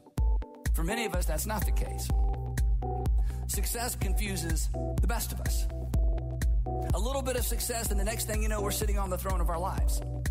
A little bit of sales success, a little bit of family success, a little bit of parenting success, a little bit of financial success, a little bit of academic success, a little bit of success in some hobby or some talent. The next thing you know, we're sitting on the throne of our lives. And once we're on the throne of our lives, we place our hope in us because we place our hope in the one we depend upon the most. David, the king of Israel, never made that mistake. That's Andy Stanley with a PowerPoint on Star 88. What's going on in the news today? Angelina Jolie getting a first-hand look at the destruction in Mosul, visiting the ancient Iraqi city as a United Nations special envoy. This is the worst devastation I've seen. A stampede at an all-night art festival in New Jersey. Australia's centre-right government wants tougher English language tests for migrants and new citizens. It says too many of them lack the language skills to integrate into Australian society. Incredibles 2 has gone where no animated film has gone before, earning $180 million. Nicaragua's ceasefire is over after 8 people were killed. There have been protests against President Daniel Ortega for several weeks. NASA says it has not regained contact with the Mars rover Opportunity. Survey from the Centers for Disease Control and Prevention is taken every other year by thousands of teens in public and private high schools across the country. These new data show that in 2017, high schoolers were having sex at declining rates. 7 Democratic lawmakers protest the Trump administration's practice of separating children from parents who cross the southern border into the U.S. illegally. Welcome, everybody, to a Monday, June 18th. Dex and Steve-O live from the Dreamstar Remodeling Star 88 Studios. How's everybody's summer? That rain this weekend? It was Heck amazing. Yeah. Stoked on that. You get any more rain? Probably not. I hope not. Going to an Isotopes game tonight. Yeah, it should be beautiful tonight. Shout out to the Paradise Hills Little League All-Stars 12U team. Nice. Just doing some team building exercise 99. Can't wait. Yeah, it looks like just sunny. I'll take it. The next week's just going to be sunny in the 90s. I will take it. Albuquerque summers, they're not too bad, guys. They're not too bad. I mean, they get a little warm. Yeah. 505-338-3700 if you'd like to call into the show. Hanging out on Facebook Live, YouTube Live, at Star 88 FM. Go follow us, guys. Hang out. What's the live line number for people to text in? 505-585-LIVE. That's 505-585-5483. Dude, speaking of the Topes, Freedom Celebration. Freedom! The Tuesday before Freedom Celebration is Taco Tuesday, and they're throwing down those mariachi hats again. I love those uniforms. Just make sure you don't ever dance around a mariachi hat. It's illegal. No, it's illegal. You talking sombrero? Isn't that the same thing? I mean, you're saying mariachi hat, and it's kind of, yeah, but it's called a sombrero. Okay. Sombrero. Can't do that, bro. It's illegal. Whatever. It's illegal. Coco, man. I'm going to make you want to come home with me today and watch Coco on Netflix? I want to watch it Netflix. alone so I can just bawl my head off all by myself. Dude, I'm telling you right now. I don't like to hold back the tears. Pixar, and they nailed it once again. Isn't it great to be alone where you can just cry? I love just being alone watching a movie and just bawling, just crying. Like, yeah. Just pausing it and having to just have a good cry. Cat. But yeah, when you're with people, it's like I can't. I'm holding back. I'm holding back the tears. Freedom Celebration. How's it go? Freedom Celebration. It's coming up, guys. June 29th and 30th. It's a free event, Isotope Stadium, fireworks both nights, 10th Avenue North, Matt Maher, Sarah Reeves, Trip Lee. Message from Pastor Skip Heitzig. Bring your family. Bring your friends. It's gonna We'll be there. beautiful. We'll be there doing the pre-show, hanging out. Tam's going to be joining us. Mm-hmm. Quality Tam. Yeah, who you can catch 3 to 6 p.m. every weekday. Man, on Friday, she had quite the train wreck. It was so funny. It's worth it to listen to that show for those moments alone. And I finally felt like a lot of you hanging out on Facebook because I was chiming in and nobody was responding to my comments. And so I felt really alone. Yeah. So I'm sorry if we sometimes don't acknowledge you when you guys are Chiming in on Facebook. Because I definitely felt that, like, on YouTube. Man, why isn't anybody responding to me? Tam's not looking up and seeing my comments. And she's a noob, bro. You got to give her some time. Well, I felt all alone in there. And usually I'm the one that's like staring in at comments on Facebook and YouTube. She doesn't have a me. I get it, man. Know I what just I'm don't want saying? anybody to feel alone. Okay. We're here with you. You are not alone. You were not alone today. No, that's the wrong one. Okay. I was doing MJ. You just went somewhere else entirely. So I wanted to do this, I think like a week ago, and we never had a chance to do it. Before I tell you what everybody in the survey answered with, I want the Starmy to chime in and let us know, what do you think, in your opinion, what do you think God looks like? Oh, man. Because they surveyed, this is a study out of the University of North Carolina. They asked over 500 Christians what they think God looks like. And we'll tell you what the average answer was. When I was a kid, I always pictured Gandalf. Like, do you know what I mean? Yeah, you totally. Like an older guy with a white beard. Big old white beard. White hair. Kind eyes. Kind eyes, yeah. Mm-hmm. Definitely white. Like, right. Yeah, right? white guy. That's what you pictured. Yeah. That's, like that's totally white what I guy. pictured. Yeah. Which is so, man. Yeah. Don't get me started. Like, how messed up is that, kind of? Mhm. But do you think, though, depending on whether you're white, you're black, you're Indian, whatever you are, do you think that's just automatically you picture that to be who God is or what he looks like? I don't know.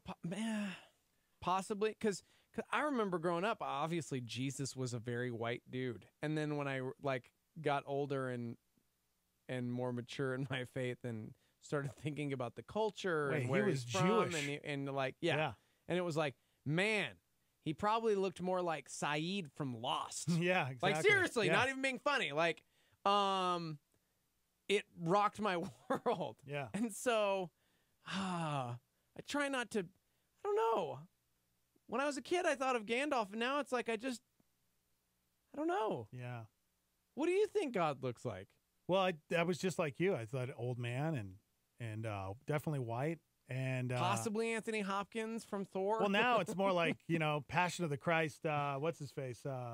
Who played Jesus in Passion? Yeah. Who's that? That's who actor's name? James Caviezel? Yeah. Caviezel yeah, that's what Jesus looks like. So I still picture Saeed from Lost. Before we tell you what the average answer is, because they asked over 500 Christians what they think God looks like. What do you think, Starmy? 505-585-LIVE. You can text in. And, of course, phone lines are open at 505-338-3700. Somebody just chimed and said, actually, I'm Hawaiian, and I've always pictured God being white. All right. White dude. That's weird. Probably the culture you live in, that has to have something to do with it. Christina says, I think of Dumbledore. Yeah. Yeah. That's a good one. Yeah. Who does God look like? Who do you think? Is there an actor out there that... Why has it got to be an actor, though? I'm just saying, who do you think God looks like the most? Like, what are some of his... Why couldn't he look like a football star or... Yeah, multiple people chiming in. Is he muscular? Saying Jim Caviezel for sure. That's who they think of Does in he their have big brain. muscles? Jim Caviezel. Gosh, that would be tough. Somebody says, I'm curious if I would be as eager to listen to Jesus in person if I didn't think he looked exactly like me. Dang. So, I went through this weird stage where I didn't want people to know what we looked like because I felt like it ruined it for everybody. Yeah. We do get that sometimes. We're like, oh. I picture you guys looking completely different. Yeah, and now, you guys look totally different than I expected. Right? It's like, oh. So that's kind of what that person was saying, People usually say they thought I was blonde-haired, blue-eyed surfer dude. Yeah. And I'm like, oh, sorry to disappoint. Mm-hmm. See? Okay. I picture you looking like a snowman. The creator of the universe here. Yeah. Like, does it matter what he looked like? Would we really ever be bummed if we saw God and we're like, oh, that's what he looks like? Well, I definitely enjoy looking at beautiful people on the screen. You know what I'm saying? Yeah. There's something about, not that I wouldn't be if he wasn't beautiful. I mean, if he's God. Yeah, he's God. He's going to be, yes. So somebody says he looks like God from South Park. Have you ever seen that episode? He's like No 2.5 comments. feet tall. And it's like, what? It's because it's like completely opposite of what we pictured. Yeah. Somebody said, just look up Chuck/God from Supernatural. That's who I always picture. All right. Somebody said, are we specifically talking about God the Father? Because he doesn't have a physical body, and when people try to describe him in Scripture, they had a really hard time. Burnished bronze, fire, emeralds all around. But yeah, Jesus, Middle Eastern Jewish dude. Well, yeah, because when we see God, we'll see Jesus. Right. So that's who we will see. Right. Yeah. And that's what somebody else said. I've never pictured God with a face, actually. I always just thought of the burning bush, of being too powerful Wow. to see. You know what? Yeah, I just Googled the Chuck/God Supernatural. Okay. All right. He looks like Jesus. Okay. Somebody else said Morgan Freeman. Right?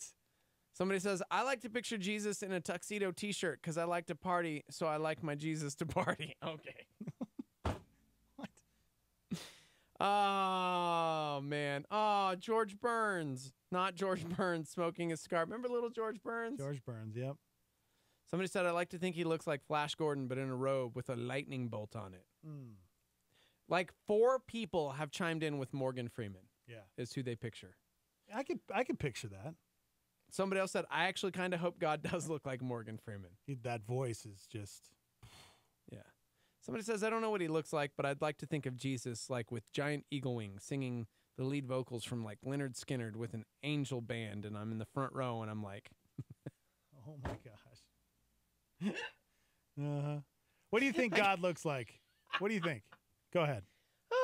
So, God's our Heavenly Father, and I think he dresses like what a stereotypical American father does. The white New Balances, the tube socks, the jean shorts, and some graphic T-shirt. But I don't know what his face looks like, because in Scripture it says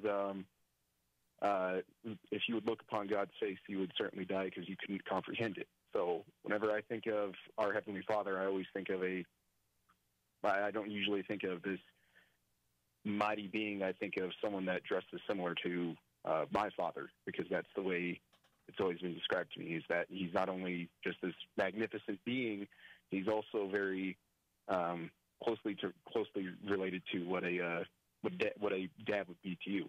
So that's what I think. Okay. All right. Thanks for chiming in, man. So many people chiming in now. Paul says, I think it's because of all the traditional Catholic depictions of God and Jesus. All white, meek, little halo. Right, the pictures and paintings that we grew up. Kim said she always pictured God like Ariel's dad from Little Mermaid, or Zeus in the cartoon Hercules. Yeah. Right. Some old guy with a white beard. Yeah. Beautiful white hair. Yeah. Who do you think? What do you think God looks like? Again, they surveyed over 500 Christians. They asked them what they thought God looks like. The answer is very surprising to me. I just looked over and I was like, I'm sorry. What? Yeah. Yeah. Somebody says, I think God looks like Thor, like Chris Hemsworth. Okay. So many people. All right. Here it is. This is what they found. This is real. This is like, I've been comical about it because really, truly, picturing God, the Father, this is interesting to me that this was America's answer. Yeah, the average answer is a pretty basic white dude. And the best comparison we saw is to a young Brad Pitt. But some people on Twitter also think the image looks like Jimmy Fallon, Elon Musk, and Val Kilmer. So they put an image. This was the image. It does look like Brad Pitt. But maybe it looks like Brad Pitt because I have Brad Pitt stuck in my head because of the survey. See, I don't. This is weird. Or Jimmy Fallon. Some people said Jimmy Fallon, Brad Pitt, Elon Musk, or Val Kilmer. I could definitely see the Val Kilmer. It's interesting how people saw God as like them, because the research says older participants saw an older God, more attractive participants saw a more attractive God, African Americans saw a marginally more African American God. Right? That's what I was saying. I think it just depends on, where you grew up, what you look like. The only thing that every single person in the survey had in common was every single person pictured God as being male. Yep. Huh. He's a dude. And he's a white dude. Apparently. Yeah. 500 Christians were surveyed. They asked them, what do you think God looks like? And they said, well, he's a white guy. And they actually sketched what people were saying. And the picture that came out looks like a cross between Brad Pitt, Jimmy Fallon, Elon Musk, and Val Kilmer. Mm-hmm. Yeah, I think we're going to be pretty blown away when we get to. Gosh, I just got scared. Why? Think about that. Like someday we're going to get to stand before God Almighty. That freaks me out. Oh, dude, I'm like, yeah. I get that. Yeah. I get that little tingle of fear, but I'm more like, I don't know, man. There was a book long ago by Stephen Lawhead, Christian author. He wrote all of these like epics, like Lord of the Rings type books, trilogies. And he had this phenomenal depiction of the throne room. There was somebody going before the king, it was just like a normal, like a King Arthur tale going before the king. But the depiction that he presented and that he wrote, it was like this reverential standing before the throne of this kingdom. And it has stuck with me for the last 15 years of my life. I always think when I'm like, every time I pray, I think about that. Like the idea that we are as children of God, we have this ability to go before the throne, like to our King, who also happens to be our dad who loves us. Yeah. Like that is such a profound thing to think about. And so there's like a little bit of nerves, but also this awe and excitement, like, oh man. Just think about that picture you just painted of like, okay, let's say here on earth right now, you were invited to approach a king. Yeah. A king, just a king, an earthly king. Yeah. And how nervous you would be to go in front of that king. Now you say, all right, God Almighty, the man, he's the one who created the King of Kings, all things. Yes. It's mind blowing. But we go to him every day, and I think sometimes we lose that thought, that fact that like that is what we do every single time we pray. Yeah. You know what I'm saying? You're right. But being there physically, that, especially for an introvert, like that. Right. Whoa. It's like how we interview on the phone and you're comfortable, but if we go out in public and have to interview people. Exactly. Yeah. Yeah. And then you read about what John saw. He got to peek into the throne room of God, and it's alien-like. The angels, with eyeballs all over their wings and the body, and they were worshiping God, and just the things that he was trying to describe were so insane. So I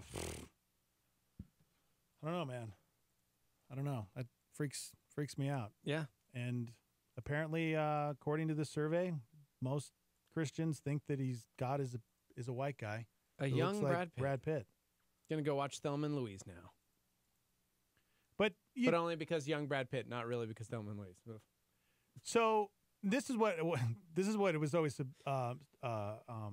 what I was always taught was that, you know, Jesus when he died, he was 33 years old, and when he came back from the dead, when he rose from the grave and he came back with his new body, that's, you know, his glorified body, state. And he looked different because the disciples didn't recognize him at first, right? But I would imagine that, you know, he's probably going to be like around that age, right? I mean, a guy that looks like he's in his, you know, mid 30s, maybe forever, without dad bod. Yeah, and then people always told me, it's like, you know what, we're going to be 33 forever. It's like 33 because that's when Jesus came back. Nope, He's that is 33. not like, biblical. That is 33. I have always wondered that. I really have always wondered that. How, like, what are you going to look like? I mean, is it going to matter? Probably not. We're gonna be in glory with Jesus. But I do wonder that one from time to time. Not what God looks like, but what are we going to look like? How old are we going to be? Am I going to have a sweet beard that's not patchy finally? Muscles? Oh, that'd be cool. Yeah. You know what I'm saying? Super I'll take skinny. a dope beard. Stocky. You know? What are we going to look like? Oh, man. It's amazing. Yep. It's crazy, some of the things that we were taught as kids, and they kind of stick with us. And oh, absolutely. And then when we get older and we start to read the Bible, we go, wait, what? Wait. What? I was lied to? Why would they tell me that? And how did they get that from this? So weird. 505-338-3700 if you'd like to call in. I'm asking you guys, what do you think God looks like? Because according to this survey, over 500 Christians, they think God looks like a pretty basic white dude, much like Brad Pitt, Jimmy Fallon, Elon Musk, or Val Kilmer. Such a weird assessment of God. Everyone pictured God as being male. Well, duh. I mean, Jarrett said that earlier. Like, dude, God the Father. Yes. Yes, we would all picture him male. And makes sense. The researchers say, quote, older participants saw an older God, more attractive participants saw a more attractive God, and African Americans saw a marginally more African American God, according to the survey. Somebody said, we're probably just going to look like all the people in the land of the dead in Coco. Duh. Okay. All right. But are we going to wear white robes? Oh, That's my the gosh. question. Please, Lord. Please. I can't do it. Like, are they all white? But I mean, does it matter? What if you've got sweet pockets? I'd totally sport a robe. Forever, though? Yeah, man. What? Forever. White robes and sandals? What would you... Oh, man. Well, what fashion? I mean, what if you're really into fashion? What if God created you to make clothes, and then you get to heaven and you're like, wait, everybody wears white robes? What? Yeah. No, I'm not buying it. There's no way. Okay. There's no way. Nope. Don't you ever tell me that that's what we're going to wear for eternity. I will laugh at you. Walk away. All right, chime in 505-585-LIVE. Hanging out on Facebook Live and YouTube Live at Star 88 FM. Got to take a quick break. How's everybody's Monday doing? You guys all right? Patrick, Jarrett, hanging out on Facebook. Jacob, Michael, Matthew hanging out on YouTube. We're live from the Dreamstyle Remodeling Star 88 Studios. We all want the best future for our children. Our next generation of leaders need a strong foundation. With small classes, a great sports program, and affordable tuition, Evangel Christian Academy strives to equip students for the work God has for them. ECA's mission is to shape and empower the Christ-loving leaders of tomorrow. By using a leadership-driven and individualized learning model, our staff can better prepare your student to stand strong in their faith and be ready for the real world. ECA also utilizes dual credit through C&M by offering 4 courses on our Academy campus taught by our staff. Since 1976, Evangel Christian Academy has been serving children from preschool through 12th grade and is fully accredited. We are located at 4501 Montgomery Boulevard Northeast in Albuquerque, and our currently enrolling for the 2018-19 school year. Please contact Evangel Christian Academy for a tour today at 505-883-4674 or go online to ecanm.info. That's ecanm.info. Tony Evans. This is a Star 88 Supernova. The word gospel means good news. What does gospel mean? Good news. It's the good news. Here's the good news, but it's only good if you understand how bad the bad news is. The good news involves the provision through the substitutionary sacrificial death of Christ. God has addressed the sin problem for us. Romans 5:8. But God demonstrated his own love toward us in that while we were yet sinners, Christ died for us. It was the provision of Calvary. Because he's picked up the tab, you can get eternal life for free. That was Pastor Tony Evans on a Star 88 Supernova. This is KLYT, Albuquerque, Santa Fe, New Mexico's fresh alternative.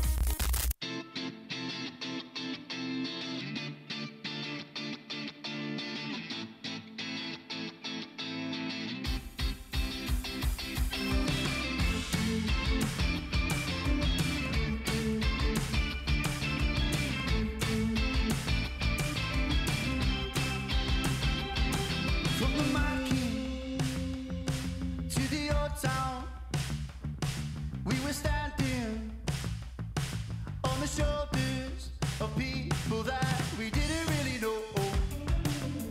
Can you see me? No. Never will the grass grow higher than I've ever been. Why did I ever let you go into all the situations? Why did I ever let you go? Why don't they leave us all alone?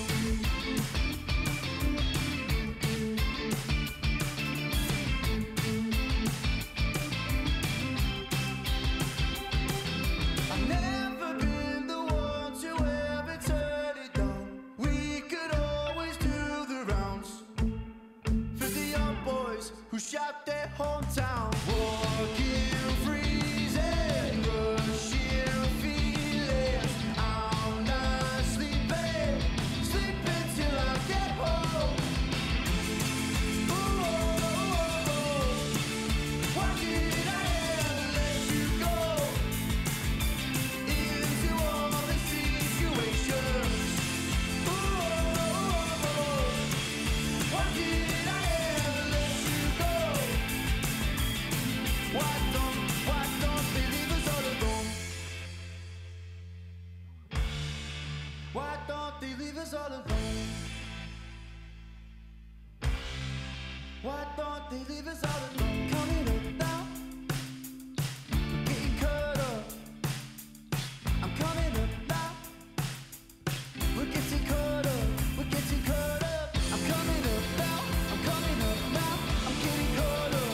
We're getting caught up. I'm coming up now, I'm coming up now. Higher than I've ever been. I'm coming up now, I'm coming up now. We're getting caught up. We're getting caught up. I'm coming up now, I'm coming up now. Higher than I've ever been. I'm coming up now, I'm coming up now. We're getting caught up. We're getting caught up. I'm coming up now, I'm coming up now. Higher than I've ever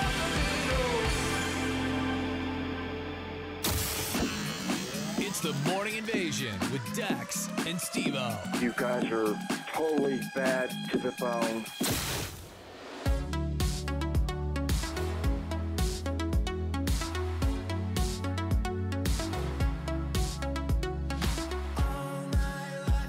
Searching for a hope that could cure all my pain. Lost and lonely, I fell down on my knees and alone in my face. Then I found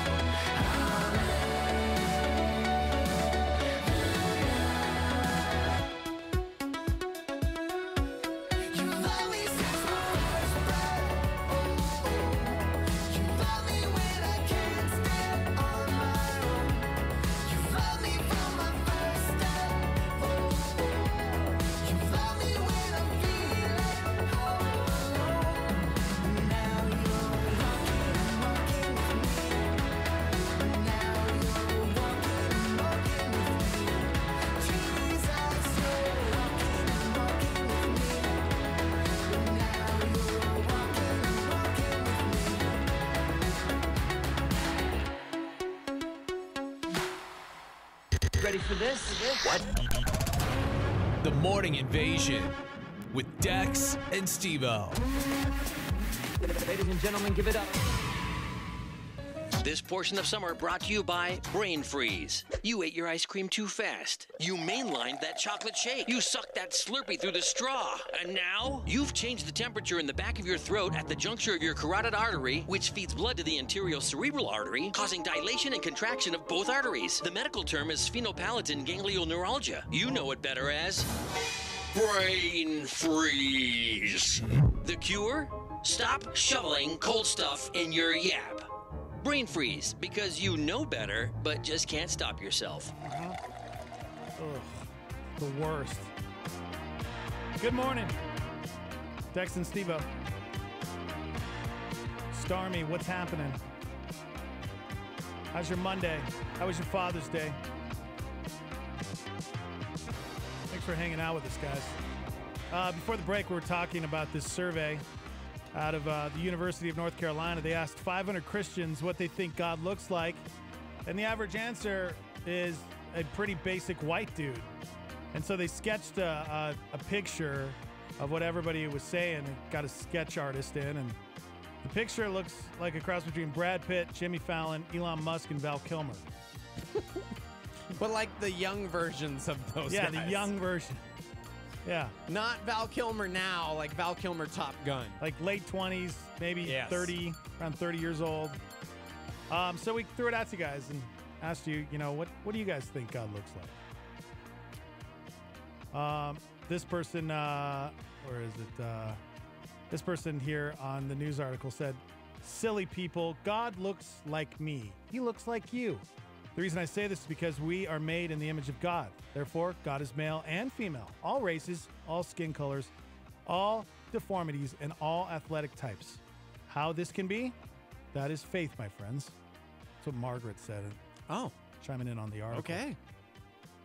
I mean, somebody did say, gender aside, somebody did say that God is big enough to make us look like what each person sees in us. Like my dad will look like my dad to me, but maybe he'll look like a son to his dad and like a brother to his brothers. Yeah.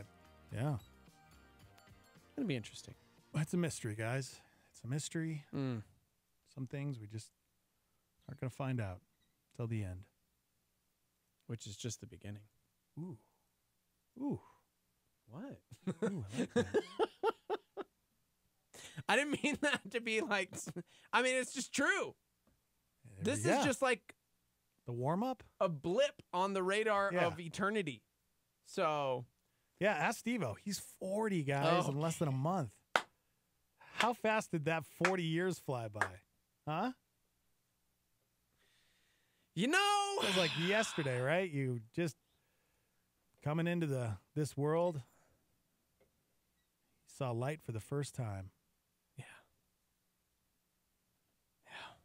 Happy you were born, bro. No, Seth, not God looks to us like different people. We to other people in heaven. Not God. We. Yeah, God is who he has. Okay. Sorry. Yeah. Oh, that's cool. My bad. Yes. Mm-hmm. That's right. Silly rabbit trickster. I don't know why I wanted to say that. Guys, it's Monday, and I've been slacking. On Mondays, we do a segment called Dex's Survival Hour. I made Chrissy watch Naked and Afraid. You did? What did she think? She was losing her mind. She's all hooked, right? They have marathons all the time, guys. I know. Yeah. Not a whole lot of other TV on. Well, Father's Day, that's a good marathon to kick back and watch. What I'm saying is, like, you got the Cup games only lasted until, like, 2 or something in Brazil. Come on, Did the whole family watch it? Did the boys watch it? Nah, this was last night after everybody went to bed. And it was like one dude in Africa, naked and afraid. Did she like it? He had a bow and arrow. She was just freaking out, like, why do people choose this? Because they're survival experts. He wanted to survive Africa. All he had was the little, like, fire starter thing. The Flintstone. And a bow and arrow. And that's it. Like he made a bow and arrow? No. He somehow had one. Huh. Can you take that? Can you take a bow and arrow? That's what he I've never picked. seen that before. Yeah. Because it was just him. It was just him. It was like XL. All-Stars of Naked and Afraid. Oh, so this is I've seen that one. They All bring by yourself. They bring those people back. And sometimes they'll even put them in groups. So there'll be like 6 or 7 of them trying to survive all naked and afraid together. So weird. And guys, it's the weirdest survival show. There's no purpose to it other than like, oh, there's a purpose to prove that you're a bad dude. There's a purpose. It was a guy all alone in Africa, and he was just like, he made this like fort, if you will, out of branches and everything. And he was like, this is where I gotta sleep tonight. But it's Africa, man. Yeah. There were like lions and stuff. Yeah. I'm like, no joke. Yeah. First night, he's like laying there, and it's like a giant stampede of elephants comes by Oh my him, gosh. and then he hears like, and there's a big cat just kind of Oh, like, good. and I'm going, Ah! why would you do this? Yeah, like, man, I don't know. why is it? And you know why? Because I watched it, so that's why. Yeah. That's why it's a thing. Well, the reason why these guys do it, because they all have some sort of survival expertise. And so they watch this show at home like every other dude, and they're like, Yeah. oh my gosh, I could do this. I can do this, bro. I watched the UFC, and I could get in there in the octagon I and couldn't do fight this. those guys. I couldn't do this. I could do that. Like day 2, he was like, all right, well, I've gone longer than I've ever gone without food, so I guess I better. So he's like going to this watering hole, and it's like, oh, there's a wild boar. And I'm like, oh no, he's going to kill Pumbaa.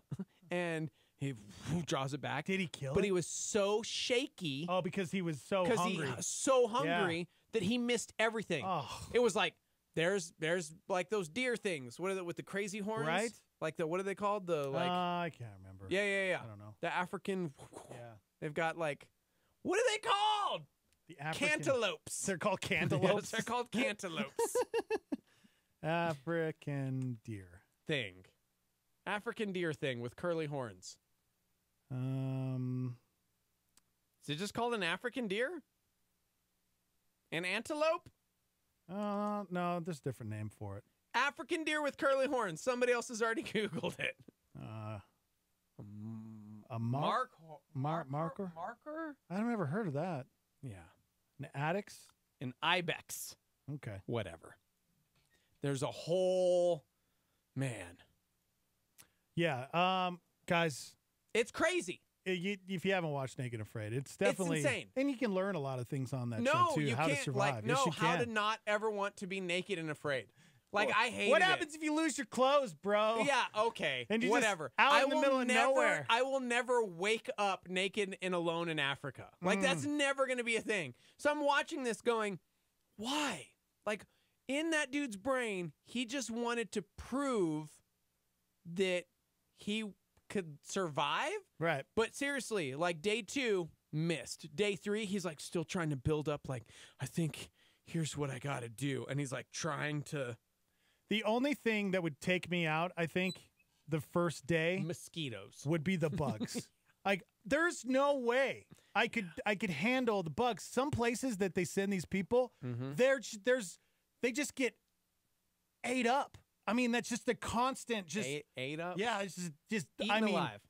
Just a gazelle. Chunks taken out of them. Gazelle. Is it a gazelle? It was a gazelle. Okay. But it is Dex's Survival Hour.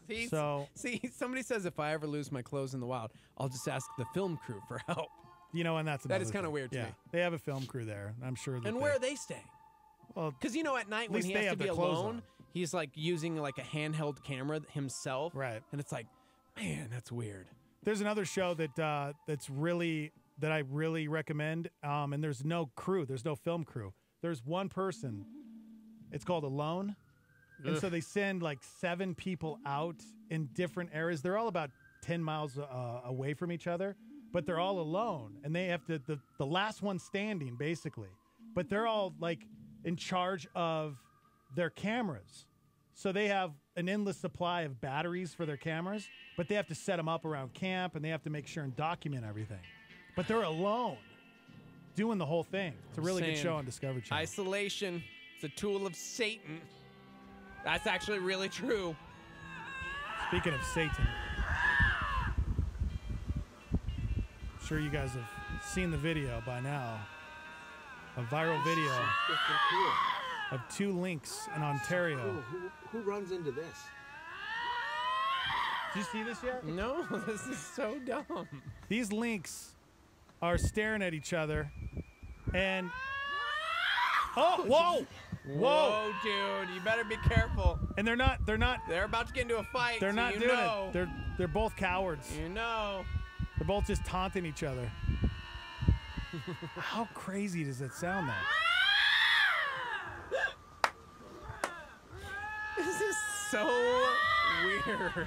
I cannot believe you're watching this. Guys, that is a lynx, also known as a bobcat. I can't believe we're getting this. Yeah, this is a rare Do you know sighting. how rare this is? Oh, see? It's so weird. So, I want to talk about bobcats for a second because I got a story coming about a woman who strangled a bobcat. I'm sorry. Steve-O. What? What do you do? Let's say you're walking. All of a sudden, a bobcat is walking towards you. Okay. What do you do? What would you do? A bobcat's walking towards me? A bobcat. Now, lynx, they're big. Bobcats are a little bit smaller than a lynx. Yeah. But they're big cats. Yeah. Like, bobcats are big. What would you do, bro? Let's start making that sound. No, I don't know. Yeah, No. the dark crystal. No. Trial by stone. And I'd start throwing things at me like Skeksis. And then, I don't know. That's what I would do. No, you're wrong. Okay. That is not what you do. You'd die. You would probably die. Why? All right. What are you supposed to do in a situation when you come across a bobcat? So, in the last survival hour, we talked about a mountain lion. Yes. They're a lot and like you get mountain big. lions. Yeah, you're supposed to get big and, Hold on. and I scare said them. they're a lot like mountain lions, but it's not the same thing. Here's how you want to handle a bobcat. You want to slowly back away. Do not, I repeat, do not, hold on, my music ran out. Hold on a second. Do not turn your back. Because if you turn your back, much like the mountain lion, they'll get you. That's Then like. wait, why am I dead then? I did exactly what I was supposed to do because of Have the last have survival I error. mentioned that you want to scream at the bobcat? Thank you. You slowly back away? You slowly back away with from the your bobcat. eyes locked on theirs? Right. But what if they're still coming at you? You keep backing away No. slowly. Don't run. Don't try to run because you're not going to outrun a bobcat. No, of course not. That's why you get big and scare them. Maybe you have a spray bottle with you. I don't know why you'd have a spray bottle with you, but if you have something like maybe you're out watering the garden and all of a sudden a bobcat jumps in your yard and you have the watering hose, spray water on it. Okay. That's another thing you could do if you have water. Bobcats are no joke, man. Just think about how strong and powerful just a regular household cat is. Now, let's kick it up a notch. Okay. 46-year-old grandmother from Georgia named Dee Dee Phillips was attacked by a rabid bobcat in her driveway Oh my earlier this gosh. month, and she killed it with her bare hands. I guess she had gone outside to take a picture of her new bumper sticker, which said, women who behave rarely make history, is what her bumper sticker says. Okay. And she killed this thing with her bare hands. My first thought was not today. I wasn't dying today. So you had just put the sticker I on? just put the sticker on. The cat is right there. As soon as it took that first step, I was in trouble and I knew it. When it got to that pole, it leaped on me. I grabbed him by the shoulders and pushed him back away from me. And I took it down right here. And from that point on, it was just me trying to fight for my life. And I strangled it to death. And if I had ever let it go, it would have been me. So I made sure I never let it go. She strangled a bobcat to death. This 46-year-old woman. She has a 5-year-old granddaughter who was sleeping inside the home, and so she just knew she had to do something. She had to. This is crazy. Isn't that insane? Which, by the way, according to like survival experts, I was right. Make noise? You want to make noise? A lot of noise, if possible. I don't know, Bang man. pans, for instance. Blow an air horn. You have to make as much noise as possible, but you also are to back away slowly and deliberately from the bobcat. Avoid running because that could trigger a pursuit response. Mm-hmm. But you definitely want to make as much noise as possible. Get as big as possible. Yeah. Oh, see? Spray the animal with water. It's another one. Get off the couch. Got a spray bottle? Yep. Guys, survival. We have bobcats here. We have mountain lions. We have bears. They come down into the city sometimes, and we need to know how to survive. Okay. That's why we do Dex's Survival Hour every Monday. I mean, it's not over. I just kind of... I'm like, that was like It's not Dex's 7 minutes of survival. Can we It's just not call over. that? It's not That's what over. we'll call the break. It's not over. 7 minutes of survival. Ask me anything. It's ask me anything No. on how to survive. No. That's what we're doing right now. Paul said basically you just carry a Super Soaker 5000. That's your outdoor Yeah, bro. survival gear. Yeah. Spray It's not a bad bottle. idea. You get away, Cat. Cat. Go away, cat. You guys have to look up that video of the That is two a lynx. weird video, man. So lynx and bobcats are totally different animals. No, man. they're the same. They're the same. Tell me how they're Yeah. not the same. Okay? Tell me how not. They're like brothers. They're like cousins. That's what they are. Yeah. Whoa! It's pretty cool. Yeah, but a lynx, they're bigger. They're huge. Look at how big those things are. Yeah. Can you imagine one of those chasing after you? Look at the size of their legs.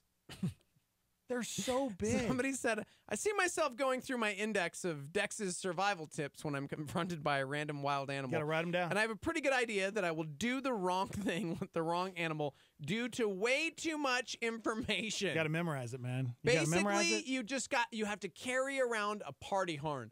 Party horn! You're like, burr, burr, bobcat. Wow, wow, wow. That's what you do. Yeah. All right? I guess Bobcat, mountain so lion.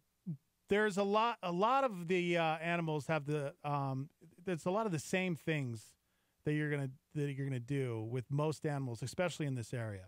And that's, try not to run away. Right. Make lots of noise. Uh-huh. Basically, every animal Hold except your a ground. grizzly bear is that's what you're supposed Well, to do. even with grizzly No, bears, they said with sometimes grizzly bears, I know, you but drop into the fetal and pretend you're a rock. well, that's the thing. Like, it just depends, honestly, because I've seen videos of people making loud noises or not backing down from a grizzly bear, and it really all depends, I think, on the animal. Because a lot of times, if the animal's hungry, then you're done. You're going to be a meal. That's it. So, if an animal, a bear, whatever, is trying to protect their cubs, then that could be a bad thing for you, because a lot of times, mama bear, she feels like you're a threat, then you're toast. The real question for your survival hour is, how do I survive this segment? Let me tell you how you survive this. I need you to get naked. Okay? You all right? You watch too much Naked and Afraid, man. It's all mental, man. Just got to keep pushing through. Think about all those people out there trying to survive in the wild right now. I know. And there's a lot of downtime, man. I will say this, to your credit, that dumb show that you got me to watch during Harvest America, like that weekend in Dallas, I'm now like kind of hooked on. Like anytime it's on TV, I'm like, oh, I'm going to watch this for a minute. Yeah. And every single one I've seen, you're right.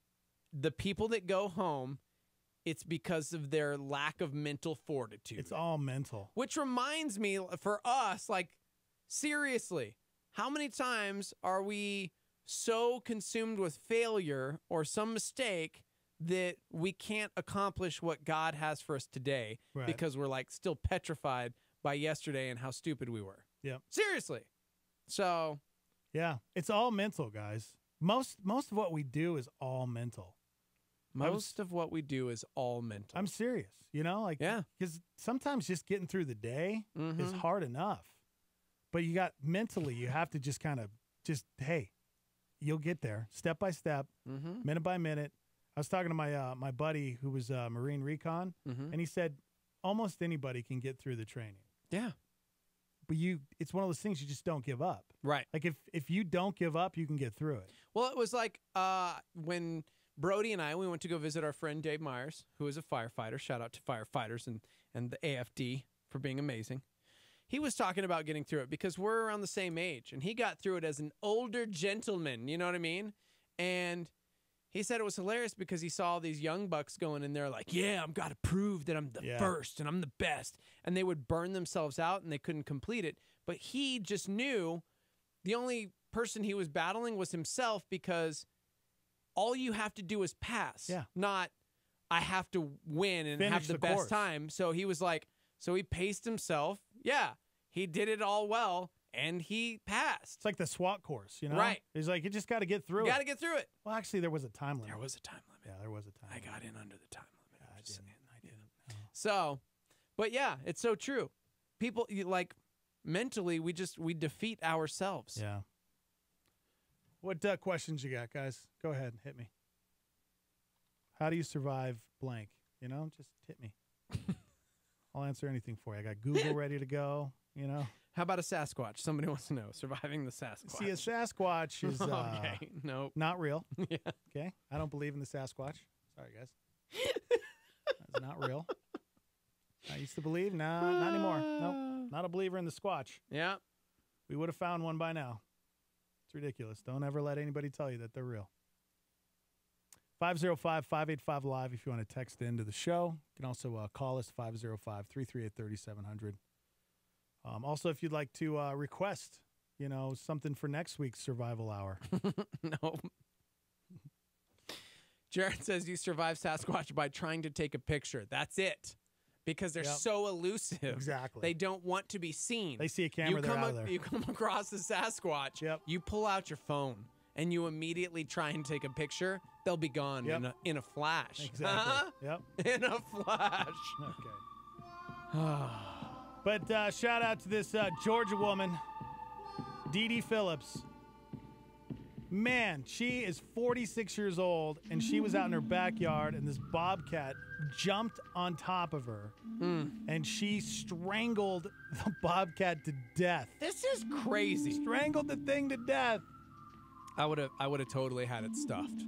I would have taxidermied that and been like, and then back in 2018, I was attacked by this creature.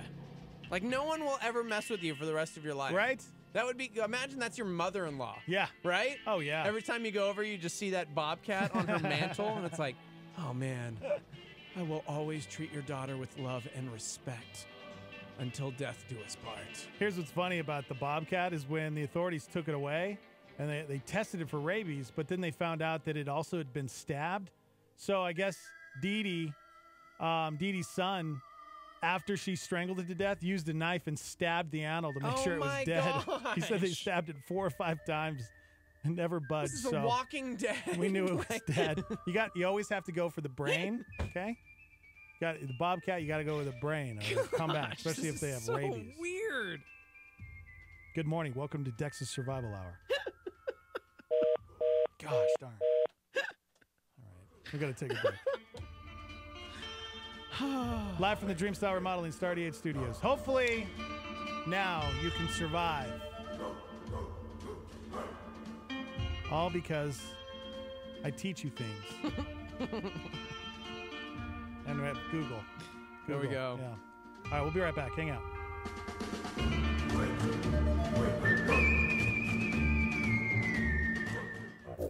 I'm Heidi, and here's what's happening. East Mountain Vineyard Church is hosting a free movie event June 23rd at 6 p.m. There'll be free popcorn and soda. Doors open at 5:30 p.m. What's the movie? Good question. It's based on a hit song that's been making people cry since 2001. I can only imagine how great the movie is going to be. University Presbyterian Church is hosting a free VBS June 18th through the 22nd from 9 a.m. until noon. Don't miss out on this week of a spectacular space odyssey, songs, skits, refreshments, recreation, and fun. Kids entering kindergarten to those who completed 6th grade are welcome. If you know about a fun event happening this summer for the 4th of July in your community, or maybe something going on at your church, let us know. We'll feature it on our website and talk about it on the air. All you have to do is fill out the form at star88.fm. For more information about events happening in your community and more, visit star88.fm. For what's happening, I'm Heidi, and this is Star 88. On Star 88, here's a solar flare from Oz Guinness.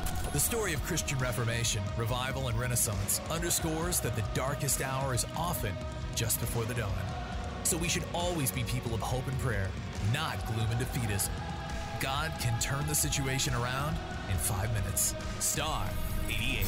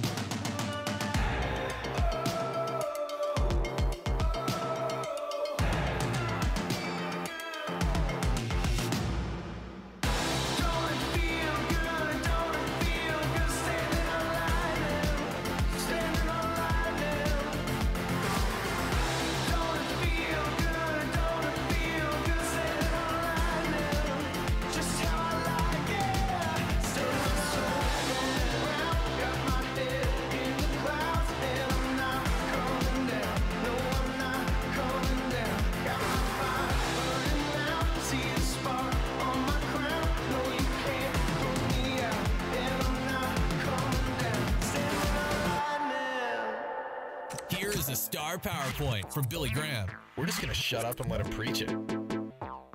Matthew 26, for this is my blood of the New Testament, which is shed for many for the remission of sins.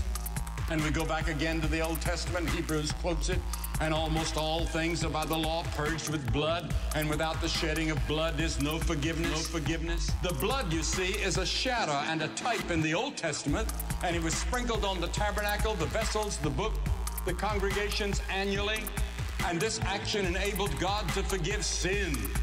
Divine justice was satisfied, and divine mercy extended through the types of blood. And Jesus, in his death on the cross, made possible the forgiveness of sins and the extension of mercy at the same time.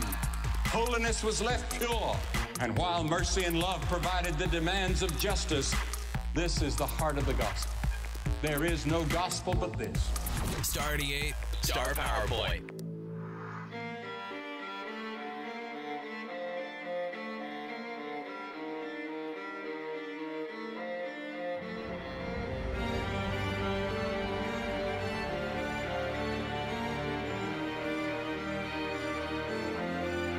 Everybody needs love.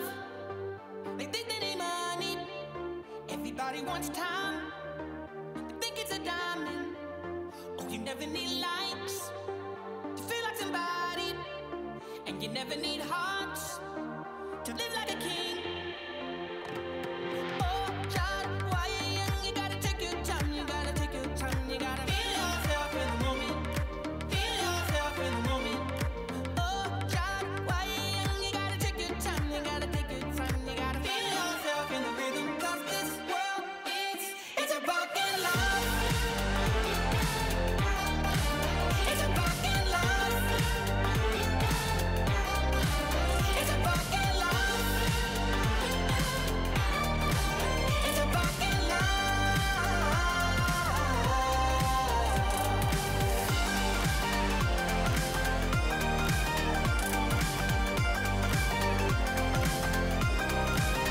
If you ever feel small or thinking nobody, you won't need to chase stars to have a reason to dance. So dance, don't know the river down to the clouds, and any moment they'll be open just to pull you down. You gotta hold on, hold on, hold on, hold on, hold on. Oh, child, why you young? You gotta take your time. You gotta take your time and feel yourself in the moment. Feel yourself in the moment. Oh, child, why you young? You gotta take your time. You gotta take your time and feel yourself in the rhythm. 'Cause this world it's a broken love. It's a broken love. It's a broken love. It's a broken love.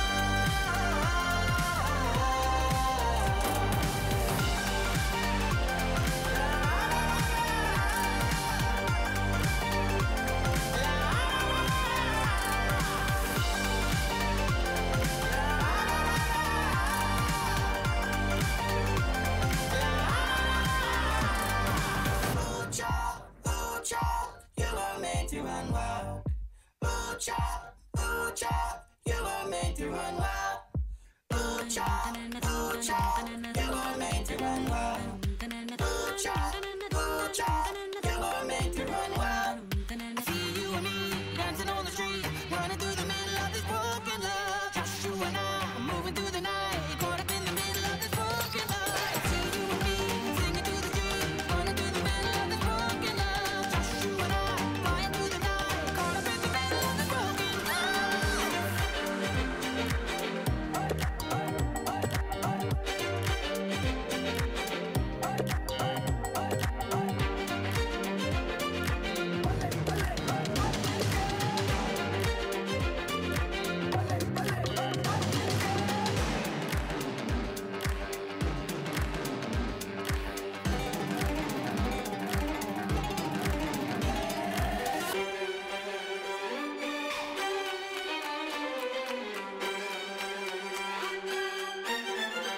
It's a broken love. It's a broken love. It's a broken love. It's a broken love.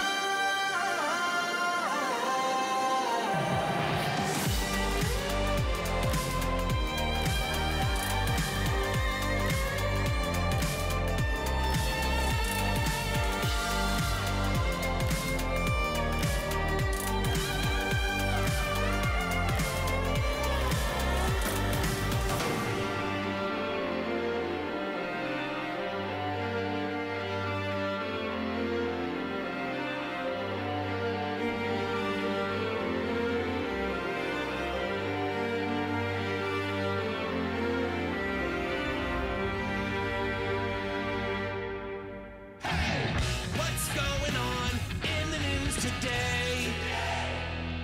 Protests at facilities where the federal government is enforcing its policy of separating immigrant children from parents. A deadly earthquake in Japan. The magnitude 6.1 earthquake struck the city of Osaka Monday morning in Japan. Government officials say 3 people have died. The quake knocked out power and disrupted train service during the morning commute. Beyonce and Jay-Z dropped a surprise collaborative album. There was no advance promotion. The album is only available on Tidal, the subscription-based music service. business that Jay-Z has a stake in. Huge upset at the World Cup as Mexico defeated the defending champions, Germany. Folks in Mexico were so excited after their team scored the winning goal that an earthquake was registered in Mexico City. That the official quake likely occurred because of massive jumps during the goal that won the match. And what a finish by Brooks Koepka. Ladies and gentlemen, last year's and this year's U.S. Open champion, Brooks Koepka. Back-to-back United States Opens. Phenomenal. Beautiful. Yeah, beautiful. Just beautiful. Welcome to it.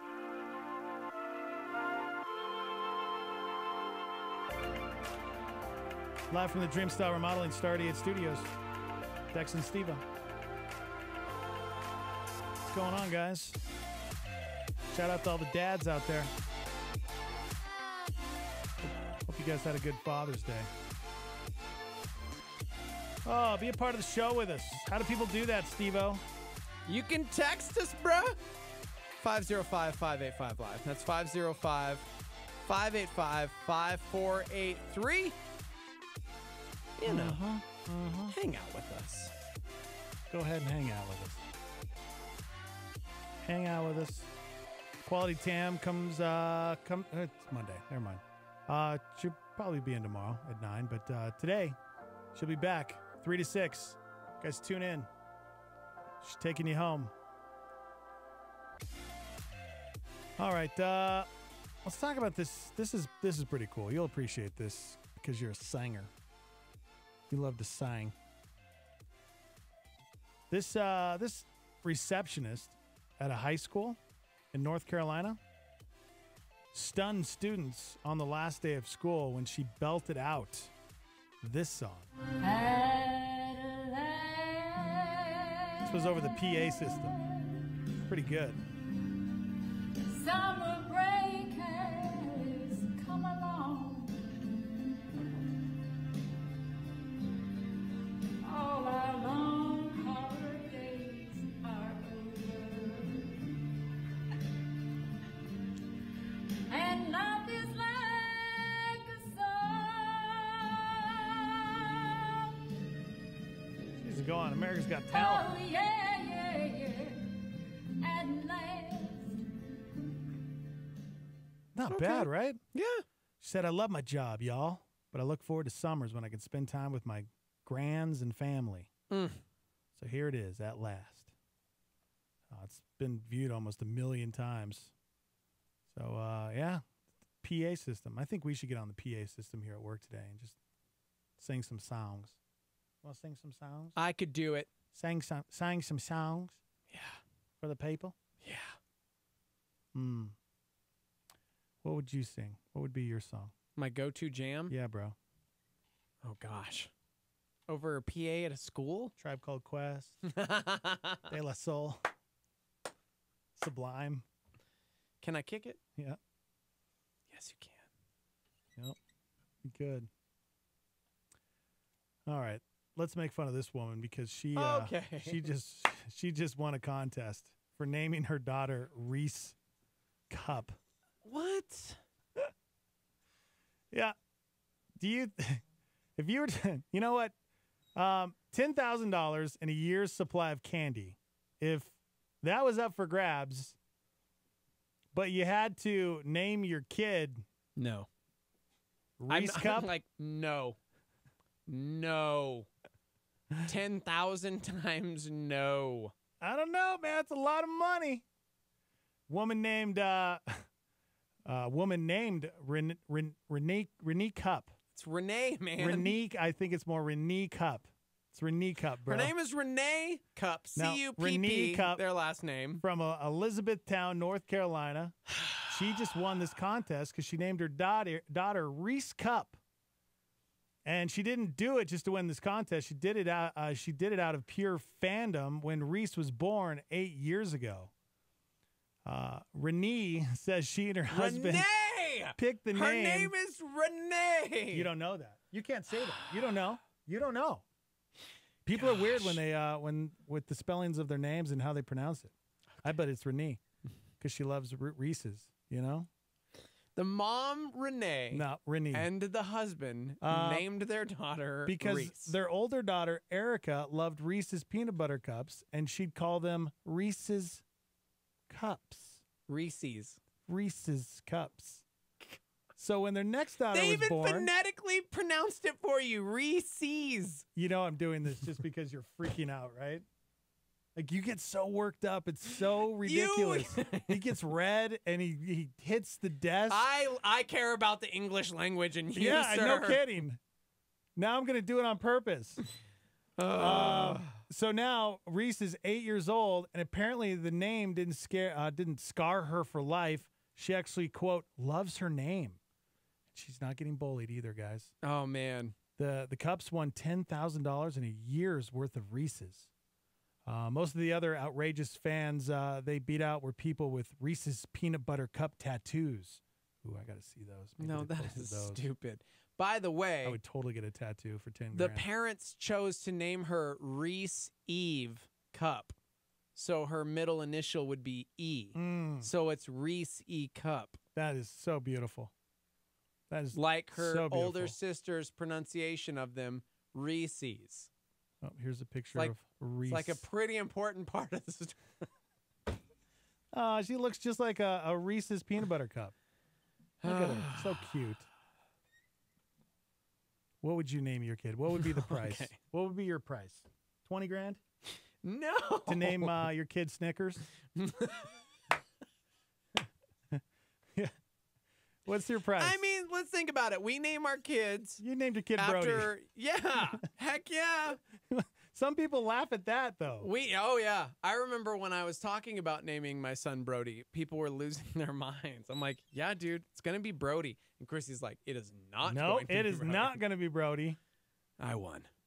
Mm-hmm. But he's named, his first and middle name are because of things I love.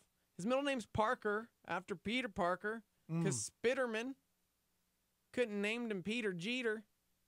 So, I don't know, man. How about Butterfinger? No, Like, see, that's what I'm saying. this is my Jared daughter, says, I wouldn't even name Butterfinger. a dog Snickers. What? Like, That's stupid. Come on. Get out of here. Oh. Butterfinger Toff. I'd do it.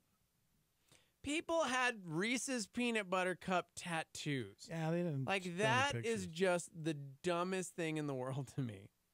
But I guess if I'd you're do it for 10 passionate grand. about something. I'd get a Reese's Pieces. But they didn't win. They didn't win. They didn't win. Oh, my gosh. I'd do a lot for 10 grand, Steve-O. You know that. You know I would. I think about the fact that we do name our children for things we love, right? People we love. Yeah. Movies we love. Artists we love. My nephews are all named after like 80s new wave bands. So I mean, sure, but Reese E Cup. I knew a Snow White. Last name was Really? White. Yeah. No way. Yeah. That's real. So I guess, but naming your kid Reese E Cup. Reese Cup. It's a beautiful name, guys. I think it's great. And I'm glad this family. Somebody did it. said, in today's white trash news. Right? Snickers Jeter. Snickers Jeters. That just flows, man. Snickers Jeters. It's another one of my favorites. Somebody said you're pronouncing it wrong, Steve-O. There's an apostrophe in Reese's, meaning it's the candy belongs to Reese. Right. But what the story was is that their older daughter, Erica, when she was little, she would call them Reese's Cup. And so they named the daughter Reese E Cup after the way that their other daughter pronounced Reese's Cup. Mm-hmm. Yep. Reese's. Reese A Cup. So I know it's not pronounced right, but that's not my doing. That was their daughter. Snickers Jeter. Oh, man. Good morning. Hey, good morning. My name is Kit Kat. Welcome to the show, Kit Kat. It's a great name. Yeah, it's a contest from the 70s a long time ago. My dad thought it would be cute. Lifetime supply of Kit 4,000 Kats? Whoopings later, what am I going to do? Kit Kat. Wow. I heard all the jokes. Yeah. I heard all the jokes. Yep. None of them are funny. Yeah. Actually, kids are very hurt. You guys have a good day. See you later, too, Kit Kit Kat. Kat. It's a great name. What did your parents name you after a candy bar? If so, you can call in. Let us know how Somebody you feel. says, but is there a clause that you can't change the name for a certain amount of time after receiving the $10,000? Because I'd do it and then change the name. Yeah, right? I've always wondered that too. No. It's like, yeah, okay, I'll name you Butterfinger. Somebody said I had a foster child named Peekaboo. Ooh. Yeah. Okay. Somebody else knew a kid who was named after a type of marijuana. No joke. Only in Colorado. Really? LOL. Jeez. Unbelievable. So that's what I'm saying. We name our kids. Oh, man. Reese Cup. Oh, man. Somebody Reese said Cup. I have two nieces. Their married names, Michelle Snell. That's a good rhyme. And Crystal Flurry. Oh, Crystal Flurry. I kind of like both those names. Somebody said I knew a Candy Cotton. So when she would email me, it would appear as cotton candy. Oh, my gosh. Yeah. Candy Cotton. I mean, it's cute until they become adults, right? Right? Yeah, that's, yeah. Like Snow. Like, seriously, her name was Snow. Her last name was White. See, but here's the deal.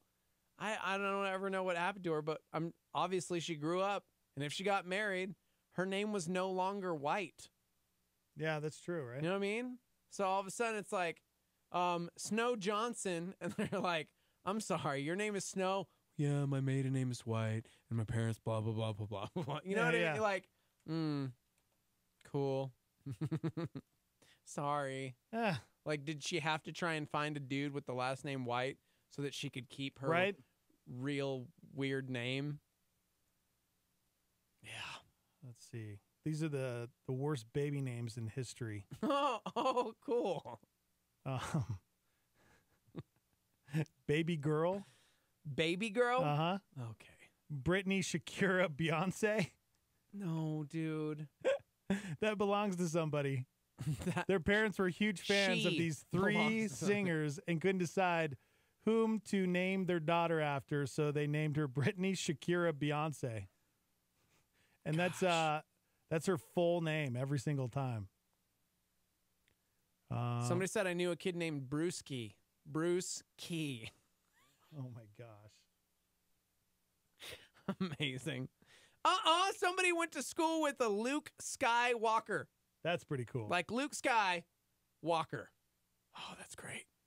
Elizabeth. Elizabeth? Elizabeth. Parents had actually chosen the name for their baby. Wow. Don't you think it sounds like lizard breath? A Reddit user pointed that out. Elizabeth. Yeah, it does. Lizard breath. Somebody says I have a first cousin named Dick Tracy. That is awesome. Wow. Oh, that is awesome. See, I'm wrong already. I make fun of Reese Cup, but loved that one. That was one of dude, do you remember that movie? Warren Beatty? Oh yeah. Come on. That was a pretty good one. Madonna did the soundtrack, Breathless Mahoney. Oh my gosh. Such a good movie. Somebody actually named their kid Little Sweetmeat. What? Yep. Somebody said I worked with a dude named Indiana Jones. Scotty and I fought over that when we were younger. We were both just certain we were going to name our kid Indiana. And he totally won out. And then he never pulled the trigger. I would have done so. But no. Here's some parents that named their kid ABCDE. That's true. A bed. How do you just pronounce it a bed? That's a real name, guys. I think it's ABCDE. This is my kid ABCDE. And what's weird is in the year 2009, 32 babies in the United States alone were given that name. ABCDE. Isn't that crazy? How do you pronounce that? Wow. Abdi. You just call him Abe for short. Right? They said mostly girls, though, so what do you... Oh, my gosh, parents. Somebody named their kid America.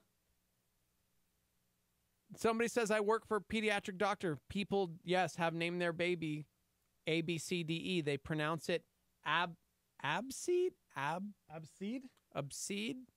Abseed. Huh. That is the dumbest thing. Is that Abseed.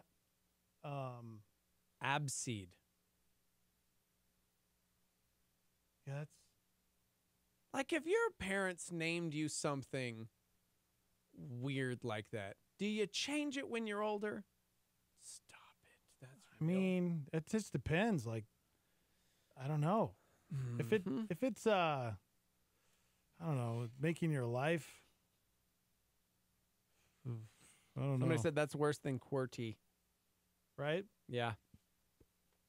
That must have been a receptionist, like somebody who just loved typing. She was like a clerk at a courthouse, and they named their kid QWERTY. Oh, this is even worse. These parents named their daughter Melanoma. Stop it. Melanomia. Is it melanomia? It's a form of skin cancer that can spread to other parts of the body. What is wrong with people? It's pronounced Abkadi. Abkadi? Yeah. Okay. Somebody else said nope. CD. Absidy. So many people chiming in. And sadly, multiple people have actually met. That's crazy. In Absidy or Abkadi. People are pronouncing it differently. That is crazy to me. Moxie crime fighter. Somebody named their kid Facebook. Yeah, I remember that one. That's real. It was in Egypt. Yeah. We are way over, by the way. Oh, my gosh. Got lost there. Thank you, Wingman. No probs. Thank you very much. No probs. We'll be back right after this. America the beautiful. America the free. This country stands for liberty. It's a freedom celebration at Isotope Stadium Friday and Saturday night, June 29th and 30th. With music, soft toys, fireworks, and a message of true freedom from Skip Heitzig. 2 fantastic nights. And like our nation, it's free. Remember, it's not just a long weekend. It's a freedom celebration. Freedom Celebration with Matt Maher, 10th Avenue North, Trip Lee, and Sarah Reeves. Above all, as our wonderful nation celebrates independence, Skip Heitzig will give a clear invitation to true freedom. Jesus said, you will know the truth, and the truth will set you free. He can set everyone free from guilt, from sin, from hell. Freedom Celebration at Isotope Stadium Friday and Saturday, June 29th and 30th. How can you be certain God's working in your life? Well, James McDonald has a word just for you. So listen up. If you got a medical problem, you don't need to worry that the best doctor is in Houston. If that's not available to you, God will work through what you have. And if you need a miracle in your soul, if you need a miracle in your marriage, if you need a miracle for your children, if you need a miracle in your ministry, I could give quite a list. I sort of doubt you need me to find the place. I bet you know it. And where you need that miracle, God only needs what you have. Listen Up is a production of Walk in the Word, a ministry that's all about igniting passion in the people of God through the proclamation of truth. For Bible study resources and more, go to jamesmcdonald.com. This is KLYT Albuquerque, Santa Fe. Rebroadcast on KKCJ, Cannon Air Force Base, KPKJ, Mintmore. K201CC Las Cruces, K203EZ Alamogordo, K207CQ Gallup, K211CW Hobbs, K212EH Silver City, K214DE Antonito, K218AK Artesia, K250AB Roswell, K293AO Alamosa, K228DQ Portales, in the free app for iOS and Android, and online at star88.fm. Good morning. The Morning Invasion Part of a complete breakfast. You're stupid. with Dex and Steve-O.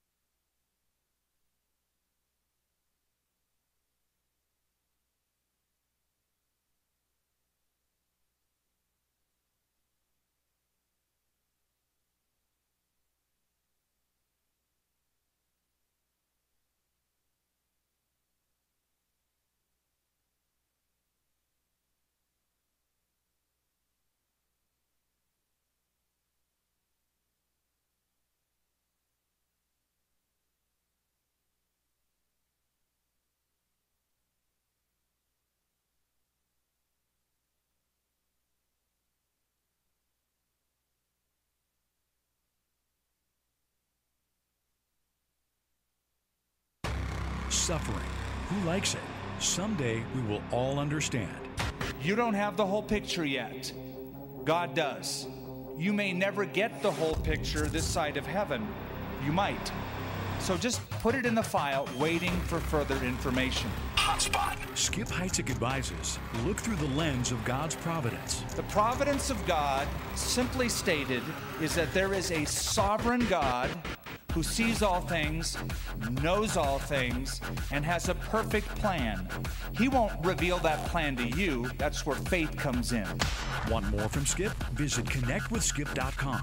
Only 3,000 full-length Bible messages there. You just cling tenaciously to the Lord and put your experience in the file, waiting for further information. So you don't have all the pieces of the puzzle. Hang in there. Hang in there. God is working right now in your life. Hotspot. Here's a solar flare from D.L. Moody. Out of 100 men, one will read the Bible. The other 99 will read the Christian. Star 88.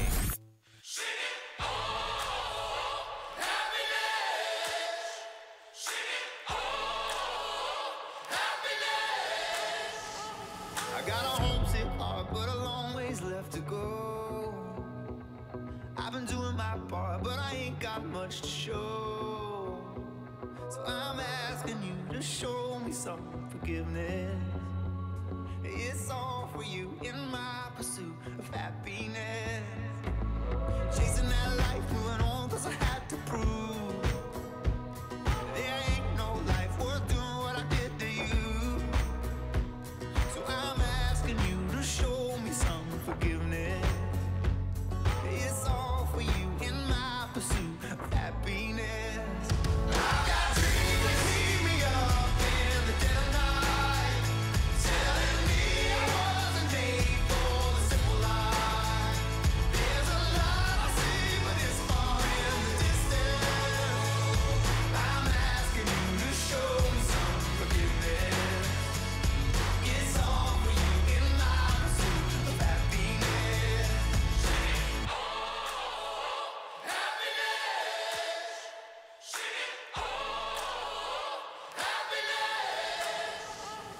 I've been working all night, maybe you could help me to believe this song ain't nothing if the song can't set you free. So I'm asking you to show me some forgiveness. It's all for you in my pursuit of happiness. I've got dreams that keep me up in the dead of night, telling me I wasn't made for the simple life. There's a light I see, but it's far in the distance.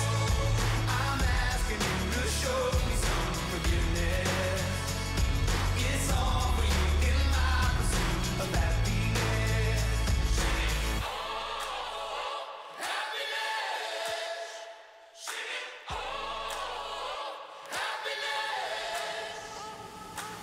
Sometimes you leave the ones you love, but if it's love, they won't give up, 'cause they know a war's raging, and you gotta choose.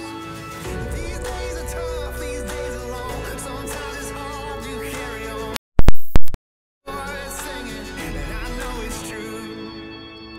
I've got dreams that keep me up in the dead of night, telling me I wasn't made for the simple life. There's a light I see, but it's far in the distance. I'm asking you to show me some forgiveness. It's all for you in my pursuit of happiness.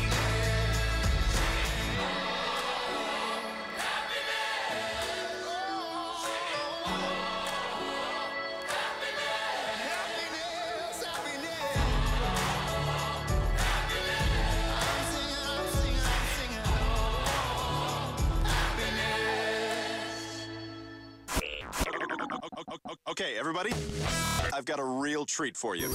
It's the Morning Invasion with Dax and Steve-O. Oh, good morning, everybody. All Welcome to the right. show. Man, we were talking to our friends out in the lobby here about our weekend that we spent with our new friends. Yeah, Larry O'Brien. He's like my best friend now. Larry and I hung out. It was pretty sweet. If you go and follow us on Instagram or Facebook, Dex Toth or Steve-O Jeter. Oh, okay. You guys will get to see some pretty cool pictures we posted. Yeah. Larry O'Brien trophy. That is the NBA trophy. That is the Golden State Warriors trophy. And Mike Brown, he's been a big part of Albuquerque for a little while. Looks like his son played for the Lobos, and he's a Starmy member, which Do is you pretty know cool. why the trophy is called the Larry O'Brien Trophy? Well, let me tell you, because there's a guy named Larry. Lawrence. Yep. Francis O'Brien Jr. He played basketball and he died. Nope, that's a lie. Darn it. He was the United States Postmaster General under President LBJ. Oh. From 1965 to 1968. And then in 1975, he became the NBA commissioner. No kidding. What year? 75 to 1984, he was the NBA commissioner. Yeah. It's pretty Why is amazing. it that all the commissioners get booed? You notice that? Well, yeah. Like David Stern and then this guy, what's the commissioner's name now? Yeah. Every time they get up there and talk, they Yeah, get booed. Well, yeah, because they're the commissioner. And they change and or make stupid rules. Okay, so that's probably I mean, let's be real. Does anybody like Roger Goodell? That's the NFL commissioner. Oh, like, seriously. I mean, it's just one of those things. It's like, who cares? Why are you guys booing him? He's the boss, the man. commissioner. He's the boss. They are like, the Vince McMahon of their sport. Yeah. Nobody likes the boss. I guess you're right. Yeah. They're always greedy. Mm-hmm. You know? Yeah. But yeah, we got to hang out, meet some pretty cool people. This Saturday night, there was a private party with Larry O'Brien trophy. It was pretty cool, Beautiful. man. Shout out to everybody that we got to hang out with there. And I had a blast. Had a really good time. blast. Had a really good time. Yeah. All right. Since, Father's Day happened. It did. Oh, gosh. saw this story. This is great. This is fantastic. Let me get some good, fun music here. One Oklahoma woman returning from a business trip got quite a surprise from her young son, who went to meet her at the airport. Barbara Nielsen was on her way back home after a week-long trip for the manufacturing company she works for in Fort Smith, Arkansas. When she arrived, her husband Brandon and her son went to pick her up. However, the father-son duo had something a bit more embarrassing up their sleeves. They made a homemade sign that read, "Welcome home from prison, Mom." There's a picture of her son holding this giant sign with the words, "Welcome home from prison, Mom." Yeah. And he's smiling. Where was she really coming home from? She works for this manufacturing company. Okay. So she was flying back from Arkansas. Oh my gosh. Just off on a work trip? Mm-hmm. I love everything about this story. Yeah, she posted the entire thing on Facebook. It went viral. Brandon is a jerk, LOL. This is the sign Damon was holding when I got off the plane. Her friends think that the incident was pretty funny. Yes, dude. A friend of hers shared the picture with the caption, "So a friend was gone for a week on business and her husband made this sign for their son to hold to welcome Mom back." I died laughing. It's pretty good. Dads. This is incredible. Welcome home from prison, Mom. Oh my gosh. I feel like that's something I would do. Truly. Oh, Christy would be God mortified. bless my wife. She has put up with 15 years of me. So, man. What a prankster. Yeah. Shout out to all the dads out there. I haven't gotten to indulge in my Father's Day gift.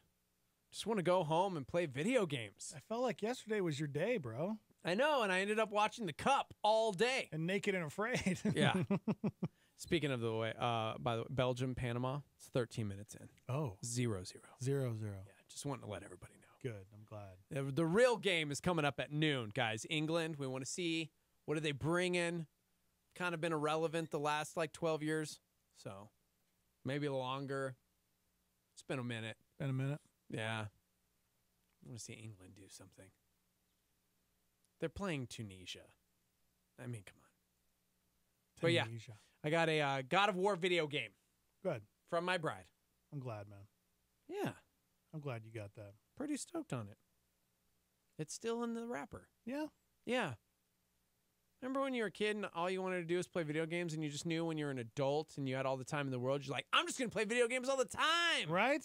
Never do. No? No. Sorry, bro. I know. It's okay. Well, speaking of Father's Day, this is, I don't know if you heard this recording, but Chris Cornell's daughter, she posted a recording of her singing Nothing Compares to You with her dad for Father's Day. Nothing can stop these lonely tears from falling. Tell me, baby. Wow, she's got a beautiful voice.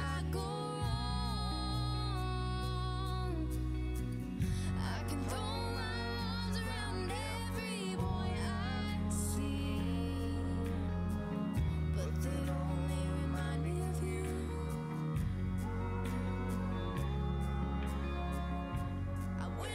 Gosh, that sounds good. Heart-wrenching. Yeah. Jeez. Toni Cornell, daughter of Chris Cornell.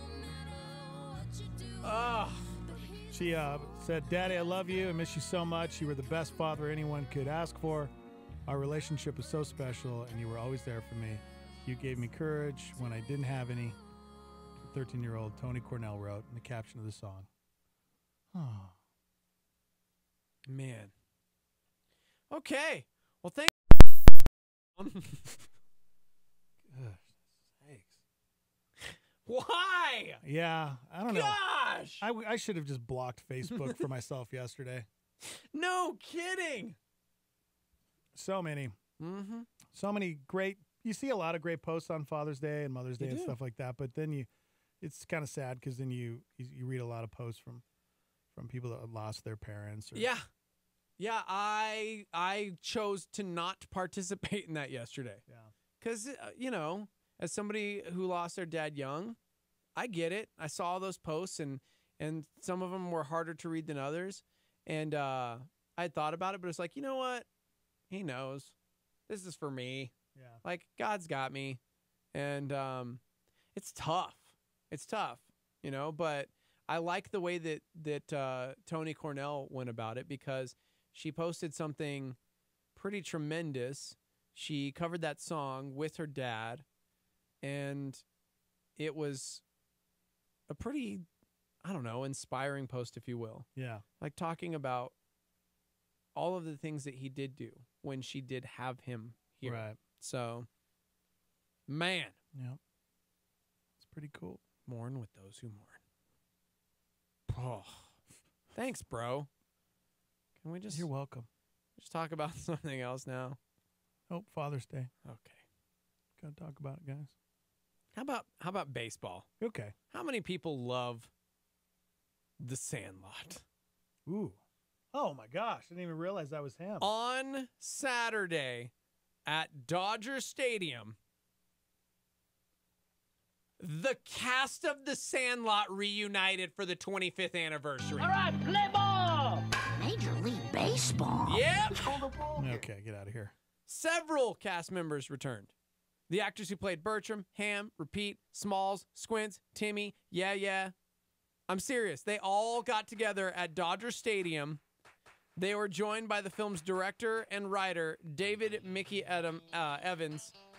And man alive, how cool is that? How weird is it that The Sandlot is 25 years old? Wow. Anyone? 25 years old. What's crazy is like old cast members with like LA Dodger tattoos. Right? It's like this defined my childhood. I was in it. They're all wearing Dodger gear with the sticker still on them. You can tell they're clearly fans. Yeah, Dodgers players had a great time too, hanging out with the actors. I'm stoked on this. That's pretty cool. That's pretty cool. Yeah, they all. What character was that? Oh gosh, he played. Oh man, I can't remember. I know this is rude. He played the fat kid. Oh my gosh. I know. I don't know how else he was the ginger. He was. Why? Well, I mean, you I just I'm trying to identified explain. him as a ginger and the fat kid. Well, I mean, gosh, I don't know how else to Sadly, explain it. everybody immediately went, "Oh yeah, Oh I know what you're yeah, talking about." yeah. The Sandlot night on Saturday night at Dodger Stadium had a pregame ceremony. The cast members were introduced to the crowd, lined up along the third base line, just like the Dodgers do. That's pretty cool. They all had their jerseys on. He played Ham, by the way. They all had their jerseys on with their actual names from The Sandlot. Baseball? Yeah. That's pretty cool. Yeah, if you've never seen The Sandlot, it's one of the best movies. It really is. Yeah. By the way, the team also did that 5 years ago for the 20th anniversary. So, I mean, Baseball? not as cool as I guess something else. Baseball. Somebody said also Jurassic Park. That's 25 years old. You're right. Oh my gosh. 25th anniversary of Jurassic Park. Does that come out this weekend? It comes out. Yeah, it does. The 22nd. Oh my gosh, this weekend. They had the premiere of it, and it was really funny watching Chris Pratt on the red carpet. One of the media outlets like Access Hollywood or somebody had a video of a congratulatory hello from the girl he took on his first date to see Jurassic Park 25 Really? years ago. No yeah. way. Their first date was Jurassic Park. That's cool. And it was hilarious. And she was just like, hey, just proud of you for all your success. Oh And my gosh. It was amazing. It was sweet. Well, since Jurassic Park comes out this weekend, it's time for True or False, Jurassic Park style. Don't look over here. Okay.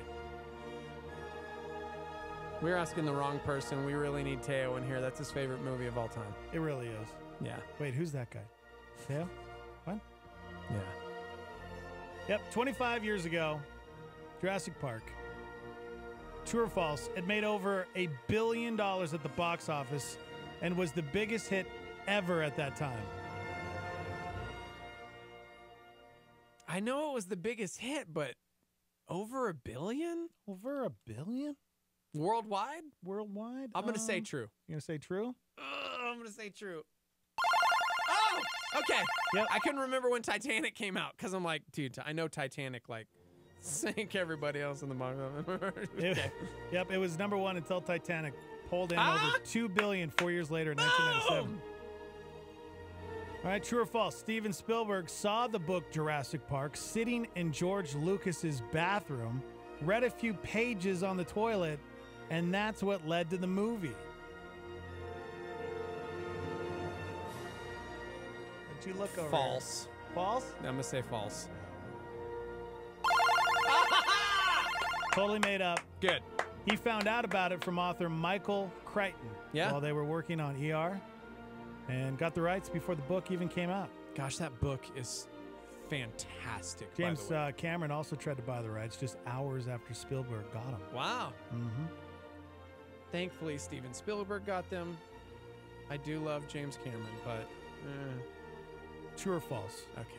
Celebrating 25 years of Jurassic Park. 25 years, guys. True or false? Not a single one of the dinosaurs in the original movie was from the Jurassic period. They all lived during the... Oh, gosh. Where? Cretaceous Thank period? you. Cretaceous period? Sure. True or false? Well, if I believed in lies, I would say I'm kidding. I'm going to say false. Man, 3 for 3. Yes!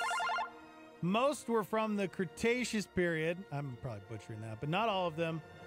The Dilophosaurus was around during the Jurassic period. Nice! In the movie, they're the ones that spit venom. Oh, yeah, the little, like, things? Yeah. Yeah. Ugh, hated those things.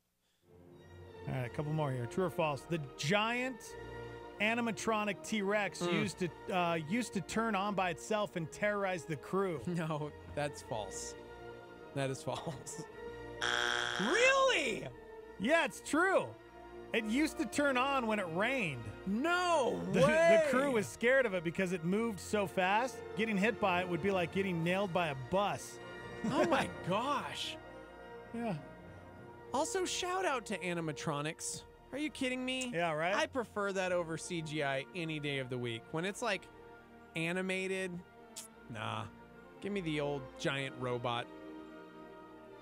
And our last one here, true or false? One of Jeff Goldblum's lines was from Jurassic Park. Or excuse me, one of his lines that was in Jurassic Park was used again in Independence Day. Yep, that's true. I know that. It's when Will Smith and him are trying to escape the giant alien mothership. Yes. Yep. Because the director loved the way that he delivered the line in Jurassic Park and stole it for Independence Day. I knew that. Yep. You nailed it. Yep. Yes. And it's also when their Jeep is being chased by the T-Rex. What does he say? It's like must go faster. Must go faster. Must go faster. Must go faster. Yeah. Yep. Ha ha! I'm a nerd. I actually knew that one. Hmm. Yeah. Yeah, I don't know. There you go, guys. Some We true did or it. false. We did 25 it. years. Jurassic Park. Must this weekend. go faster. Must go faster. Okay. All right. Cool. I have that stuck in my head now. Yeah. Good job. Good job. All day. Every time I do something cool in my brain. Just going to sing that in the background. 25 years, guys. You're not crazy. Somebody said Greece is 40 this year. Whoa. I'm the same age as Greece. Man. And Men in Black is old enough to visit a bar now. Wow. Dang. You feel old yet? 21 years 21 old. years old, Men in Black. Yeah, I feel old. That's for sure. My bones feel old. My knees are getting weak. You know, just moan all the time I get up from a chair. Somebody said, pop quiz movie trivia for Steve-O. Chris Pratt, star of the new Jurassic Park films, went to what movie premiere for his first date ever in high school? Okay. Is that Did you just join us? He totally kicked it off with that. Totally started the break with that story. He did. It was Jurassic Park. It was Jurassic Park? Yes. If you can tell me the name of the girl, I'm just kidding. I want to see that photo of them together. Be pretty cool. I don't know if they had a photo of them. Oh, they didn't from have a photo? No, it was her like on an iPad saying like, "Hey, so glad you're so successful. Wish it had worked out." Yeah, I wonder what Chris Pratt looked like in high school. Did he look the same? Because he's trimmed down quite a bit, even from like Parks and Oh Rec yeah, days. he was. You know what I'm saying? Yeah, he would look like me in Parks and Rec. So he looked like. Why do you say that? Well, I mean, you look good, man. No, I mean maybe fatter decks. Okay. You know? Wow. We look a lot alike, guys. Wow. Yeah. Chris Pratt High School. Yeah. See, I want to see. I'm going to Google Chris Pratt in high school. Why? Somebody chimed in and said the Jurassic Park movies. Yeah, looks exactly the same. To me, are becoming like the Resident Evil movies. It's just, come on. How many times you got to make the same stupid mistake before we just stop making these movies? Okay.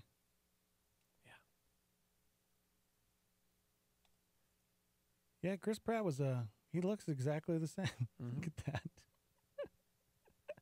He looks like one of my buddies I grew up with. It's funny. All right, we got to take a break. Where's my music? I don't know. Where is it? I don't know.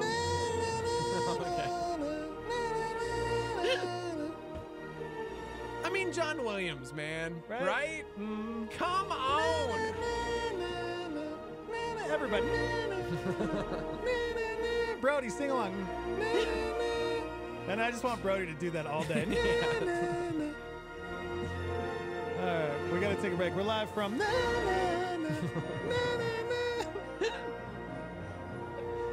live from the Dream Style Remodeling Star 88 Studios. We'll be right back.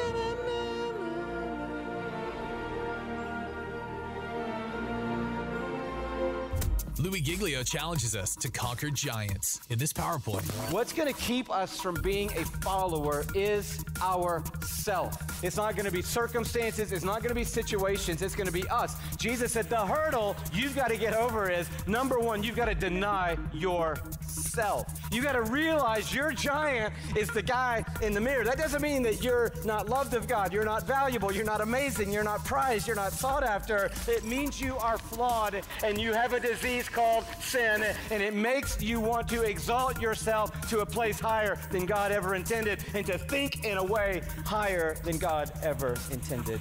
And exalting ourselves and thinking like that will cause us to miss out on the freedom and the life that comes with following Jesus. Self-power keeps us from the freedom of Jesus. Self-doubt, self-confidence even, like I can do it, I can handle it, I can manage it, I can run it, I can figure it out on my own. That's a PowerPoint with Louis Giglio on Star 88.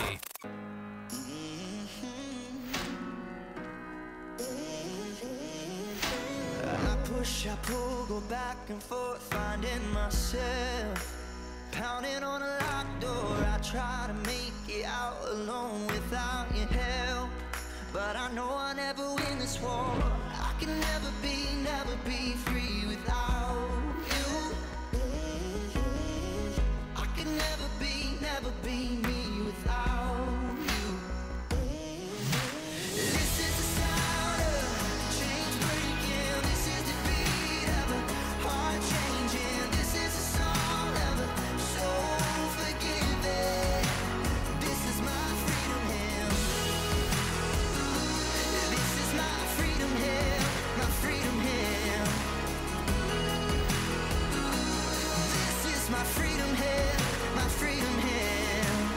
I breathe the air of freedom in, knowing my life is better off in your hands. The past is gone, what's done is done. Now I'm alive, and I'm never gonna look back. I can never be free without you. I can never be me without you. This is the sound of chains breaking. This is the beat of a heart changing. This is the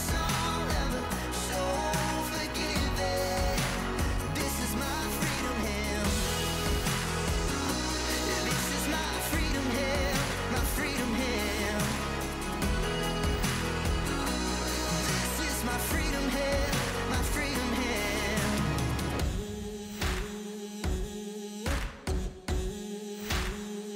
Who the sun sets free is free, yeah. Who the sun sets free is free, yeah. Who the sun sets is free.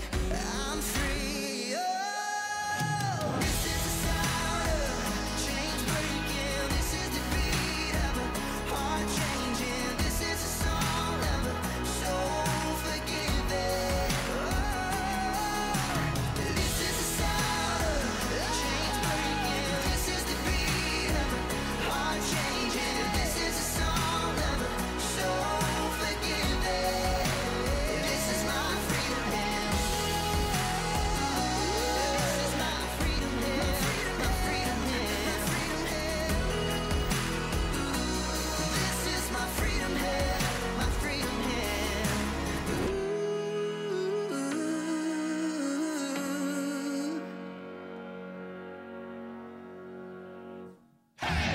What's going on in the news today?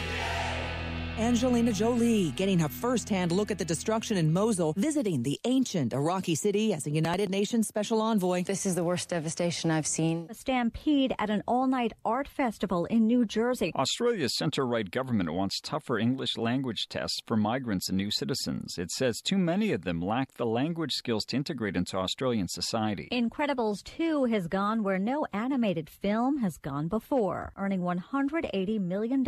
Nicaragua's ceasefire is over after 8 people were killed. There have been protests against President Daniel Ortega for several weeks. NASA says it has not regained contact with the Mars rover Opportunity. Survey from the Centers for Disease Control and Prevention is taken every other year by thousands of teens in public and private high schools across the country. These new data show that in 2017, high schoolers were having sex at declining rates. 7 Democratic lawmakers protest the Trump administration's practice of separating children from parents who cross the southern border into the U.S. illegally.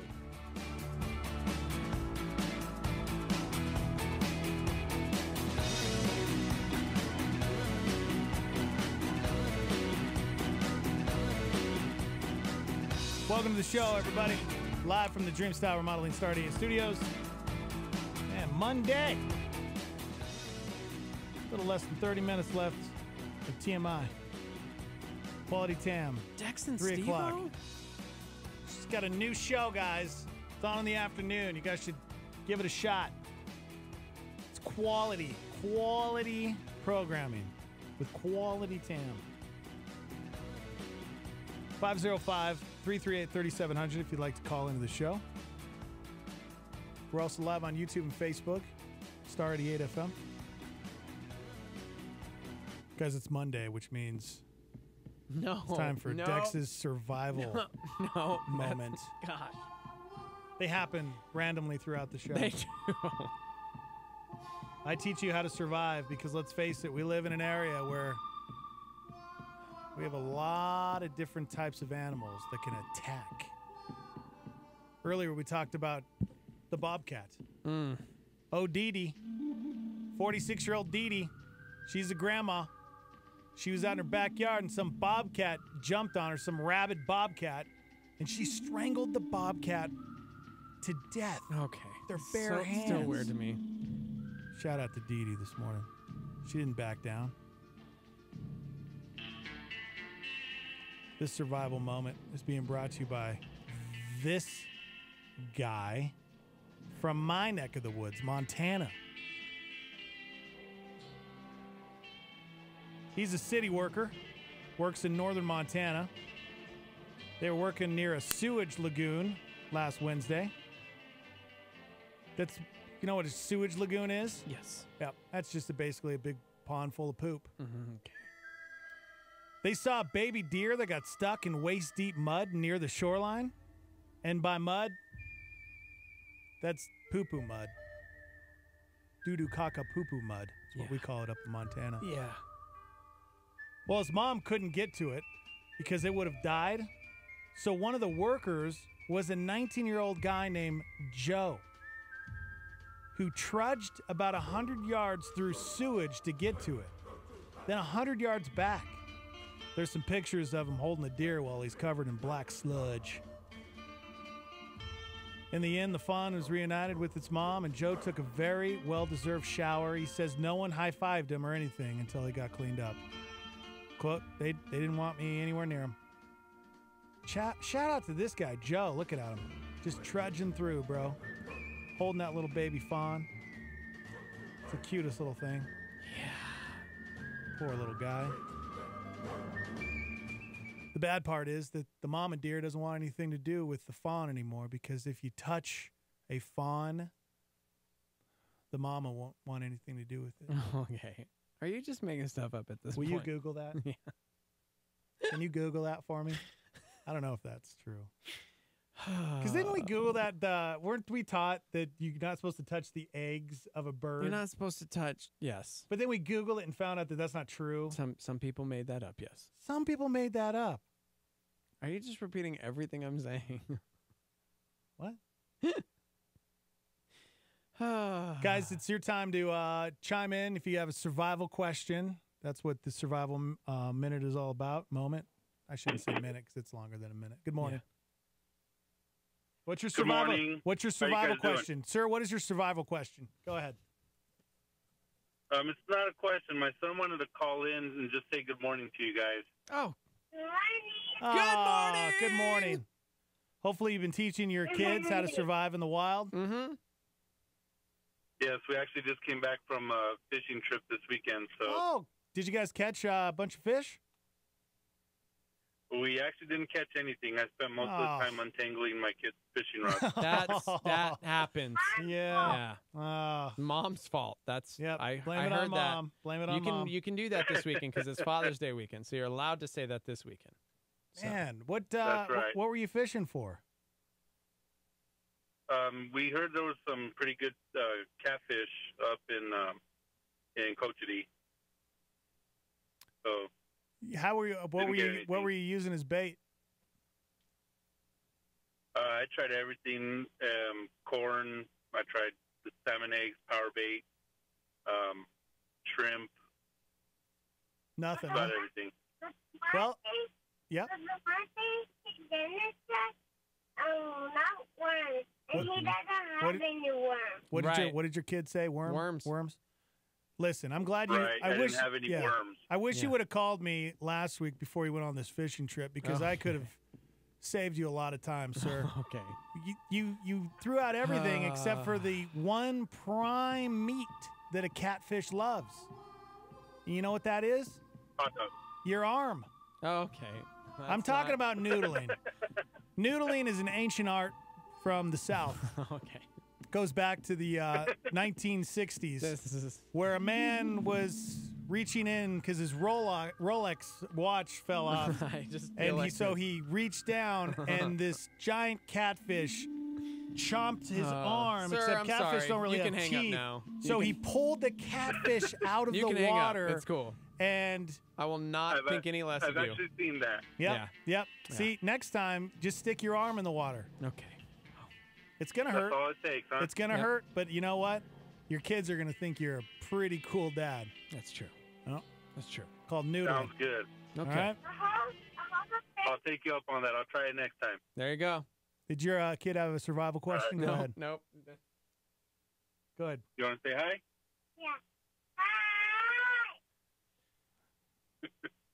Glad Thank you you, guys guys. called. We'll see you later. Thank you so much. Guys, you got to call me before you go on these trips. Yeah. You know, you going hunting, going fishing, you got to call me. Chicken liver. That's what you actually use for catfish. Works every time. Okay. Yeah. All right. Mm-hmm. Spoiled hot dogs for catfish.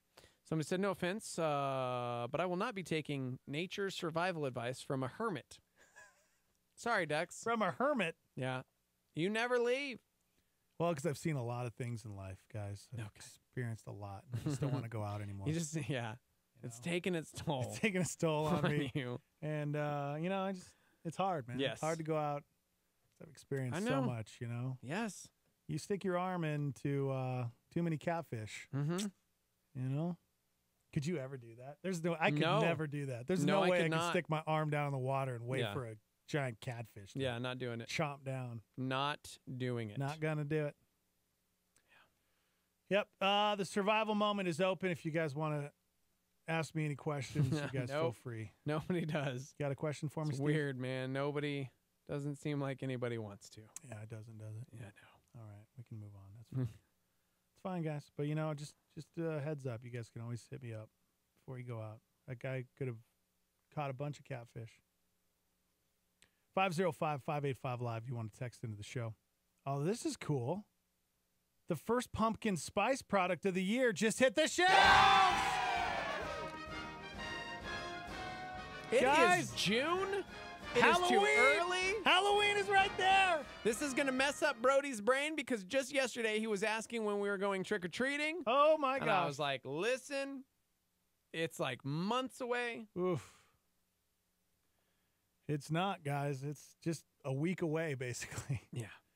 Yep. Pumpkin spice creep is worse than Christmas creep because it's June 15th and the first pumpkin spice product is already on the shelves.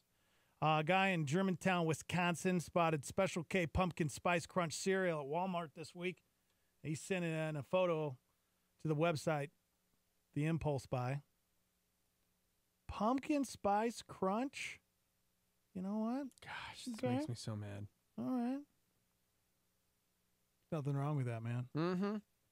Napa down the street, they do pumpkin spice motor oil during Halloween. A little motor oil, pumpkin spice. I'm down. I can't even remember that. I don't know if I had pumpkin pie last year. I feel like I haven't had pumpkin pie in a couple years. Who are you? I know, and it's like it's the top 5 for me as far as pies. Guys, I think we just need to kick off Christmas. No? Every year it gets earlier and earlier for you. Guys, it is 6 months into the year, and he has officially dropped his first Christmas bomb. This is what happens Trenta no foam 5-shot every year. No foam Yeah, pumpkin no. spice latte Pumpkin with no spice. foam at 210 degrees. I hate pumpkin spice. I can't. Invading my whole life, I don't even know what to do Yeah. anymore. And Who's this today guy? I'm bringing you a review of a really fun Tony of Beverly wig. And the color on this is pumpkin spice. Oh. Please take my advice. This is not To happening to me. pumpkin spice, let's just say no. I started on lattes, but then quickly spread to butter and toothpaste and big loaves of bread. There's pumpkin spice Clorox, pumpkin spice pizza. I'm asking that we all cut pumpkin spice loose. It's adding a new Wow. pumpkin spice pizza to its Guys, menu. it's here. And if you like that, you're gonna love Starbucks' new Linguini Mocha. What? I hate pumpkin spice. Guy's great. And I'm gonna say it twice so you know. Tucker destroys the crazed feminist who calls pumpkin spice lattes racist. It's here, guys. Christmas is here. Halloween is here. It's time to, I think Buck, I saw him post something. He got his Christmas shopping done. No. Gosh. He did. Somebody said, yes, please start with the Christmas music. You ready for it? Somebody said, I will throat punch you, Dex. No Christmas until my turkey from Thanksgiving dinner is digested. God bless you, Looper. No. Oh, Somebody man. said, we actually went to Hobby Lobby. They're already putting up Christmas decorations. Told you. Bring me the Christmas jam. It's barely June, man. Like, summer is just getting going. No, man. No. It's here, guys. It's here. It's here to stay. Yeah. Give me that Amber Lynn Christmas song. Where is it? No. No? No. Give me that Froggy Fresh. You have split the Starmie in half. Why? 50% of people are like, yes, let's do this. Yeah? And the other half is not having it. Ugh. Not having it. I am with that other half. It is too early. I just put all the boxes in the garage. Don't have time to break all the lights out again. Just keep them up, man, all year round. Yeah, You know? homeowners, bro. Can't do that. Even if you don't turn them on? HOA. Yeah, no, for real. Wow. Yes, that's real. Where was it? There was a law somewhere. It was some state has a law that you have to take them down by like January 15th. Yeah. Yeah, I don't know what our date is for our HOA, but I did definitely get a letter in January saying I had to take mine down. Well, by the way, the Belgium, Grinch. Panama still 0-0. It's at the 45th minute.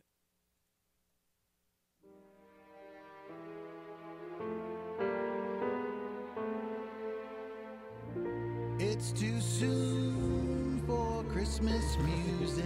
Yes. No, I don't know about that. No, yes, this No, I is don't this think is so. right. Way too soon Steve. Woo! I Yeah. don't think it said that. No, that's it. There's no snow or mistletoe. Oh my gosh. Don't, you're ruining the And song. good luck finding a tree. Except for the fake ones. They're on sale right now at Home Depot. Christmas music was special. Guys, we're launching into it. We're launching right in. When it was played. Somebody said I heard on Survival You're ruining Monday the song! that if you ignore the crazy Christmas people, they'll just leave you alone. I needed that Yeah. survival tip. Good call. I'm excited for Christmas music. Yeah. But now it's way too early to begin. That is beautiful, guys. Somebody said I'm suddenly in the mood to go home and put my Christmas tree up. Somebody else said I will fight you for this, Dex. You have finally crossed the line. Have I failed the city? You have failed this city.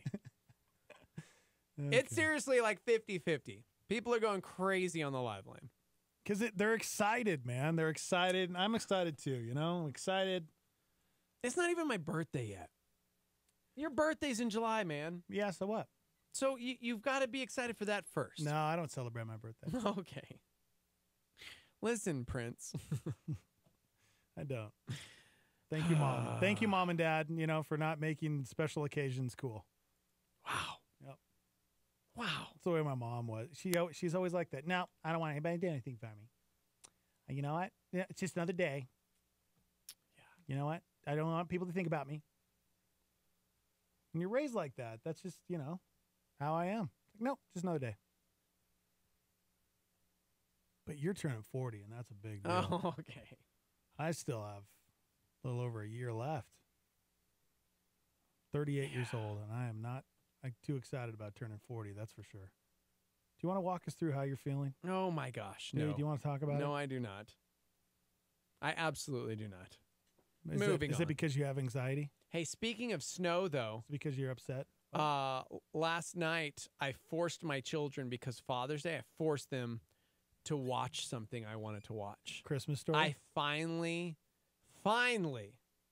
made my kids sit down. Daddy's Home too? And kick off Netflix's Lost in Space. Oh, nice. I've been telling you to watch that. We watched the first episode as a family last night. Yeah, And my what'd you kids- think? My kids all were like, oh, it's going to be so lame. And I'm like, it's Father's Day. It's a family show. Sit your butt down and enjoy it like a family. You're well set down now. What did they think after the first episode? Lost their minds. I told you. Lost their minds. And we're like, can we watch the second one? I'm like, oh, look who's interested in Daddy's show now. It's so funny because when I watched Lost in Space, because it came out beginning of the year, I immediately thought of the Jeter Boys. I was like, the Jeter Boys are going to love Right? this. I like that it's PG. Mm-hmm. It's good for the family. Yeah. And it's fun. I've only seen the first episode, so I can't say. But yeah, the whole series was TV PG. It feels like a family show. Yeah, it is. Dude, lost my mind. Yep. So, anyways. Lost in Space. It's on Netflix, guys. I You hope guys it. go check I hope out. it turns out well because, like I said, it does. Just saw the first It's episode. really good. But I am hooked. What I'm not. I shouldn't say I'm scared that Netflix isn't going to go for season 2 because I think it did really well. But I think it's one of the most expensive shows Netflix has ever done because they Yes. actually went to another planet and filmed it. Like, that's how much money Netflix has, is they actually filmed it on other planets. You're so stupid. They actually filmed it in Vancouver. You want to know how much Netflix has? Yeah, they can fly everybody out to other planets. That's how much Netflix money they have. Gosh, you were so dumb. Oh, yeah. Somebody else said it's amazing. Based on a true story. Based on a true story, Yeah. yes. Yep. It got, like, panned. People were saying how bland it was. Really? Yeah. You know, no way, man. It got, like, a 7 out of 10. Yeah, it was pretty hit or miss with some of my friends that watched it. Is it because it's family friendly? Like, we just want it to be gnarly and bloody and, like, full of language and violence or something? I don't know, man. Honestly. I don't know. Because we thoroughly enjoyed it. It was like, hey, this is a show that I'm going to watch with my kids. Yeah, you don't need all the other stuff, you know? I'm trying to find out how much money it cost to make it because, dude, it looked That's it. Like, with fancy. Netflix, this is what I found Netflix, is they don't really, they don't talk about how Yeah. much they spend, and it's all under wraps. Yeah. But yeah, I guess it's one of the most expensive shows they've ever done. Mm-hmm. Mm-hmm. I don't know. I'm excited. You guys going to watch another episode today? Oh, I doubt it. And it's one of those shows, after you watch one episode, it hooks you. I mean, it's like, just hooks you. You can't stop. Well, the good news is Netflix has already teased season 2. Oh, good. So they announced it back in May. They're bringing it back for a second season. So good. Yeah. Yep. Also, did you see how I went about that, guys? Survival Tip Monday. Ooh. If you want to deter the crazy Christmas people, you just immediately find something else they're super passionate about and talk about that for a moment. You see, I happen to know my friend Dex is a hermit who's watched every television show. That's not true. Since mankind began. That's not true. I've watched many, but not all. So what you do is, without complaining and saying, oh, I can't believe he's still talking Christmas in June, you just bring up something else that's amazing. And it deters them from thinking about the fact that you just changed the subject. Please stop talking. Because it was a dumb subject. You're dumb. How do you like that? You're dumb. How does that make you feel, dummy? Somebody said I thought I was going to hate Lost in Space, but it turns out I really liked it. Like a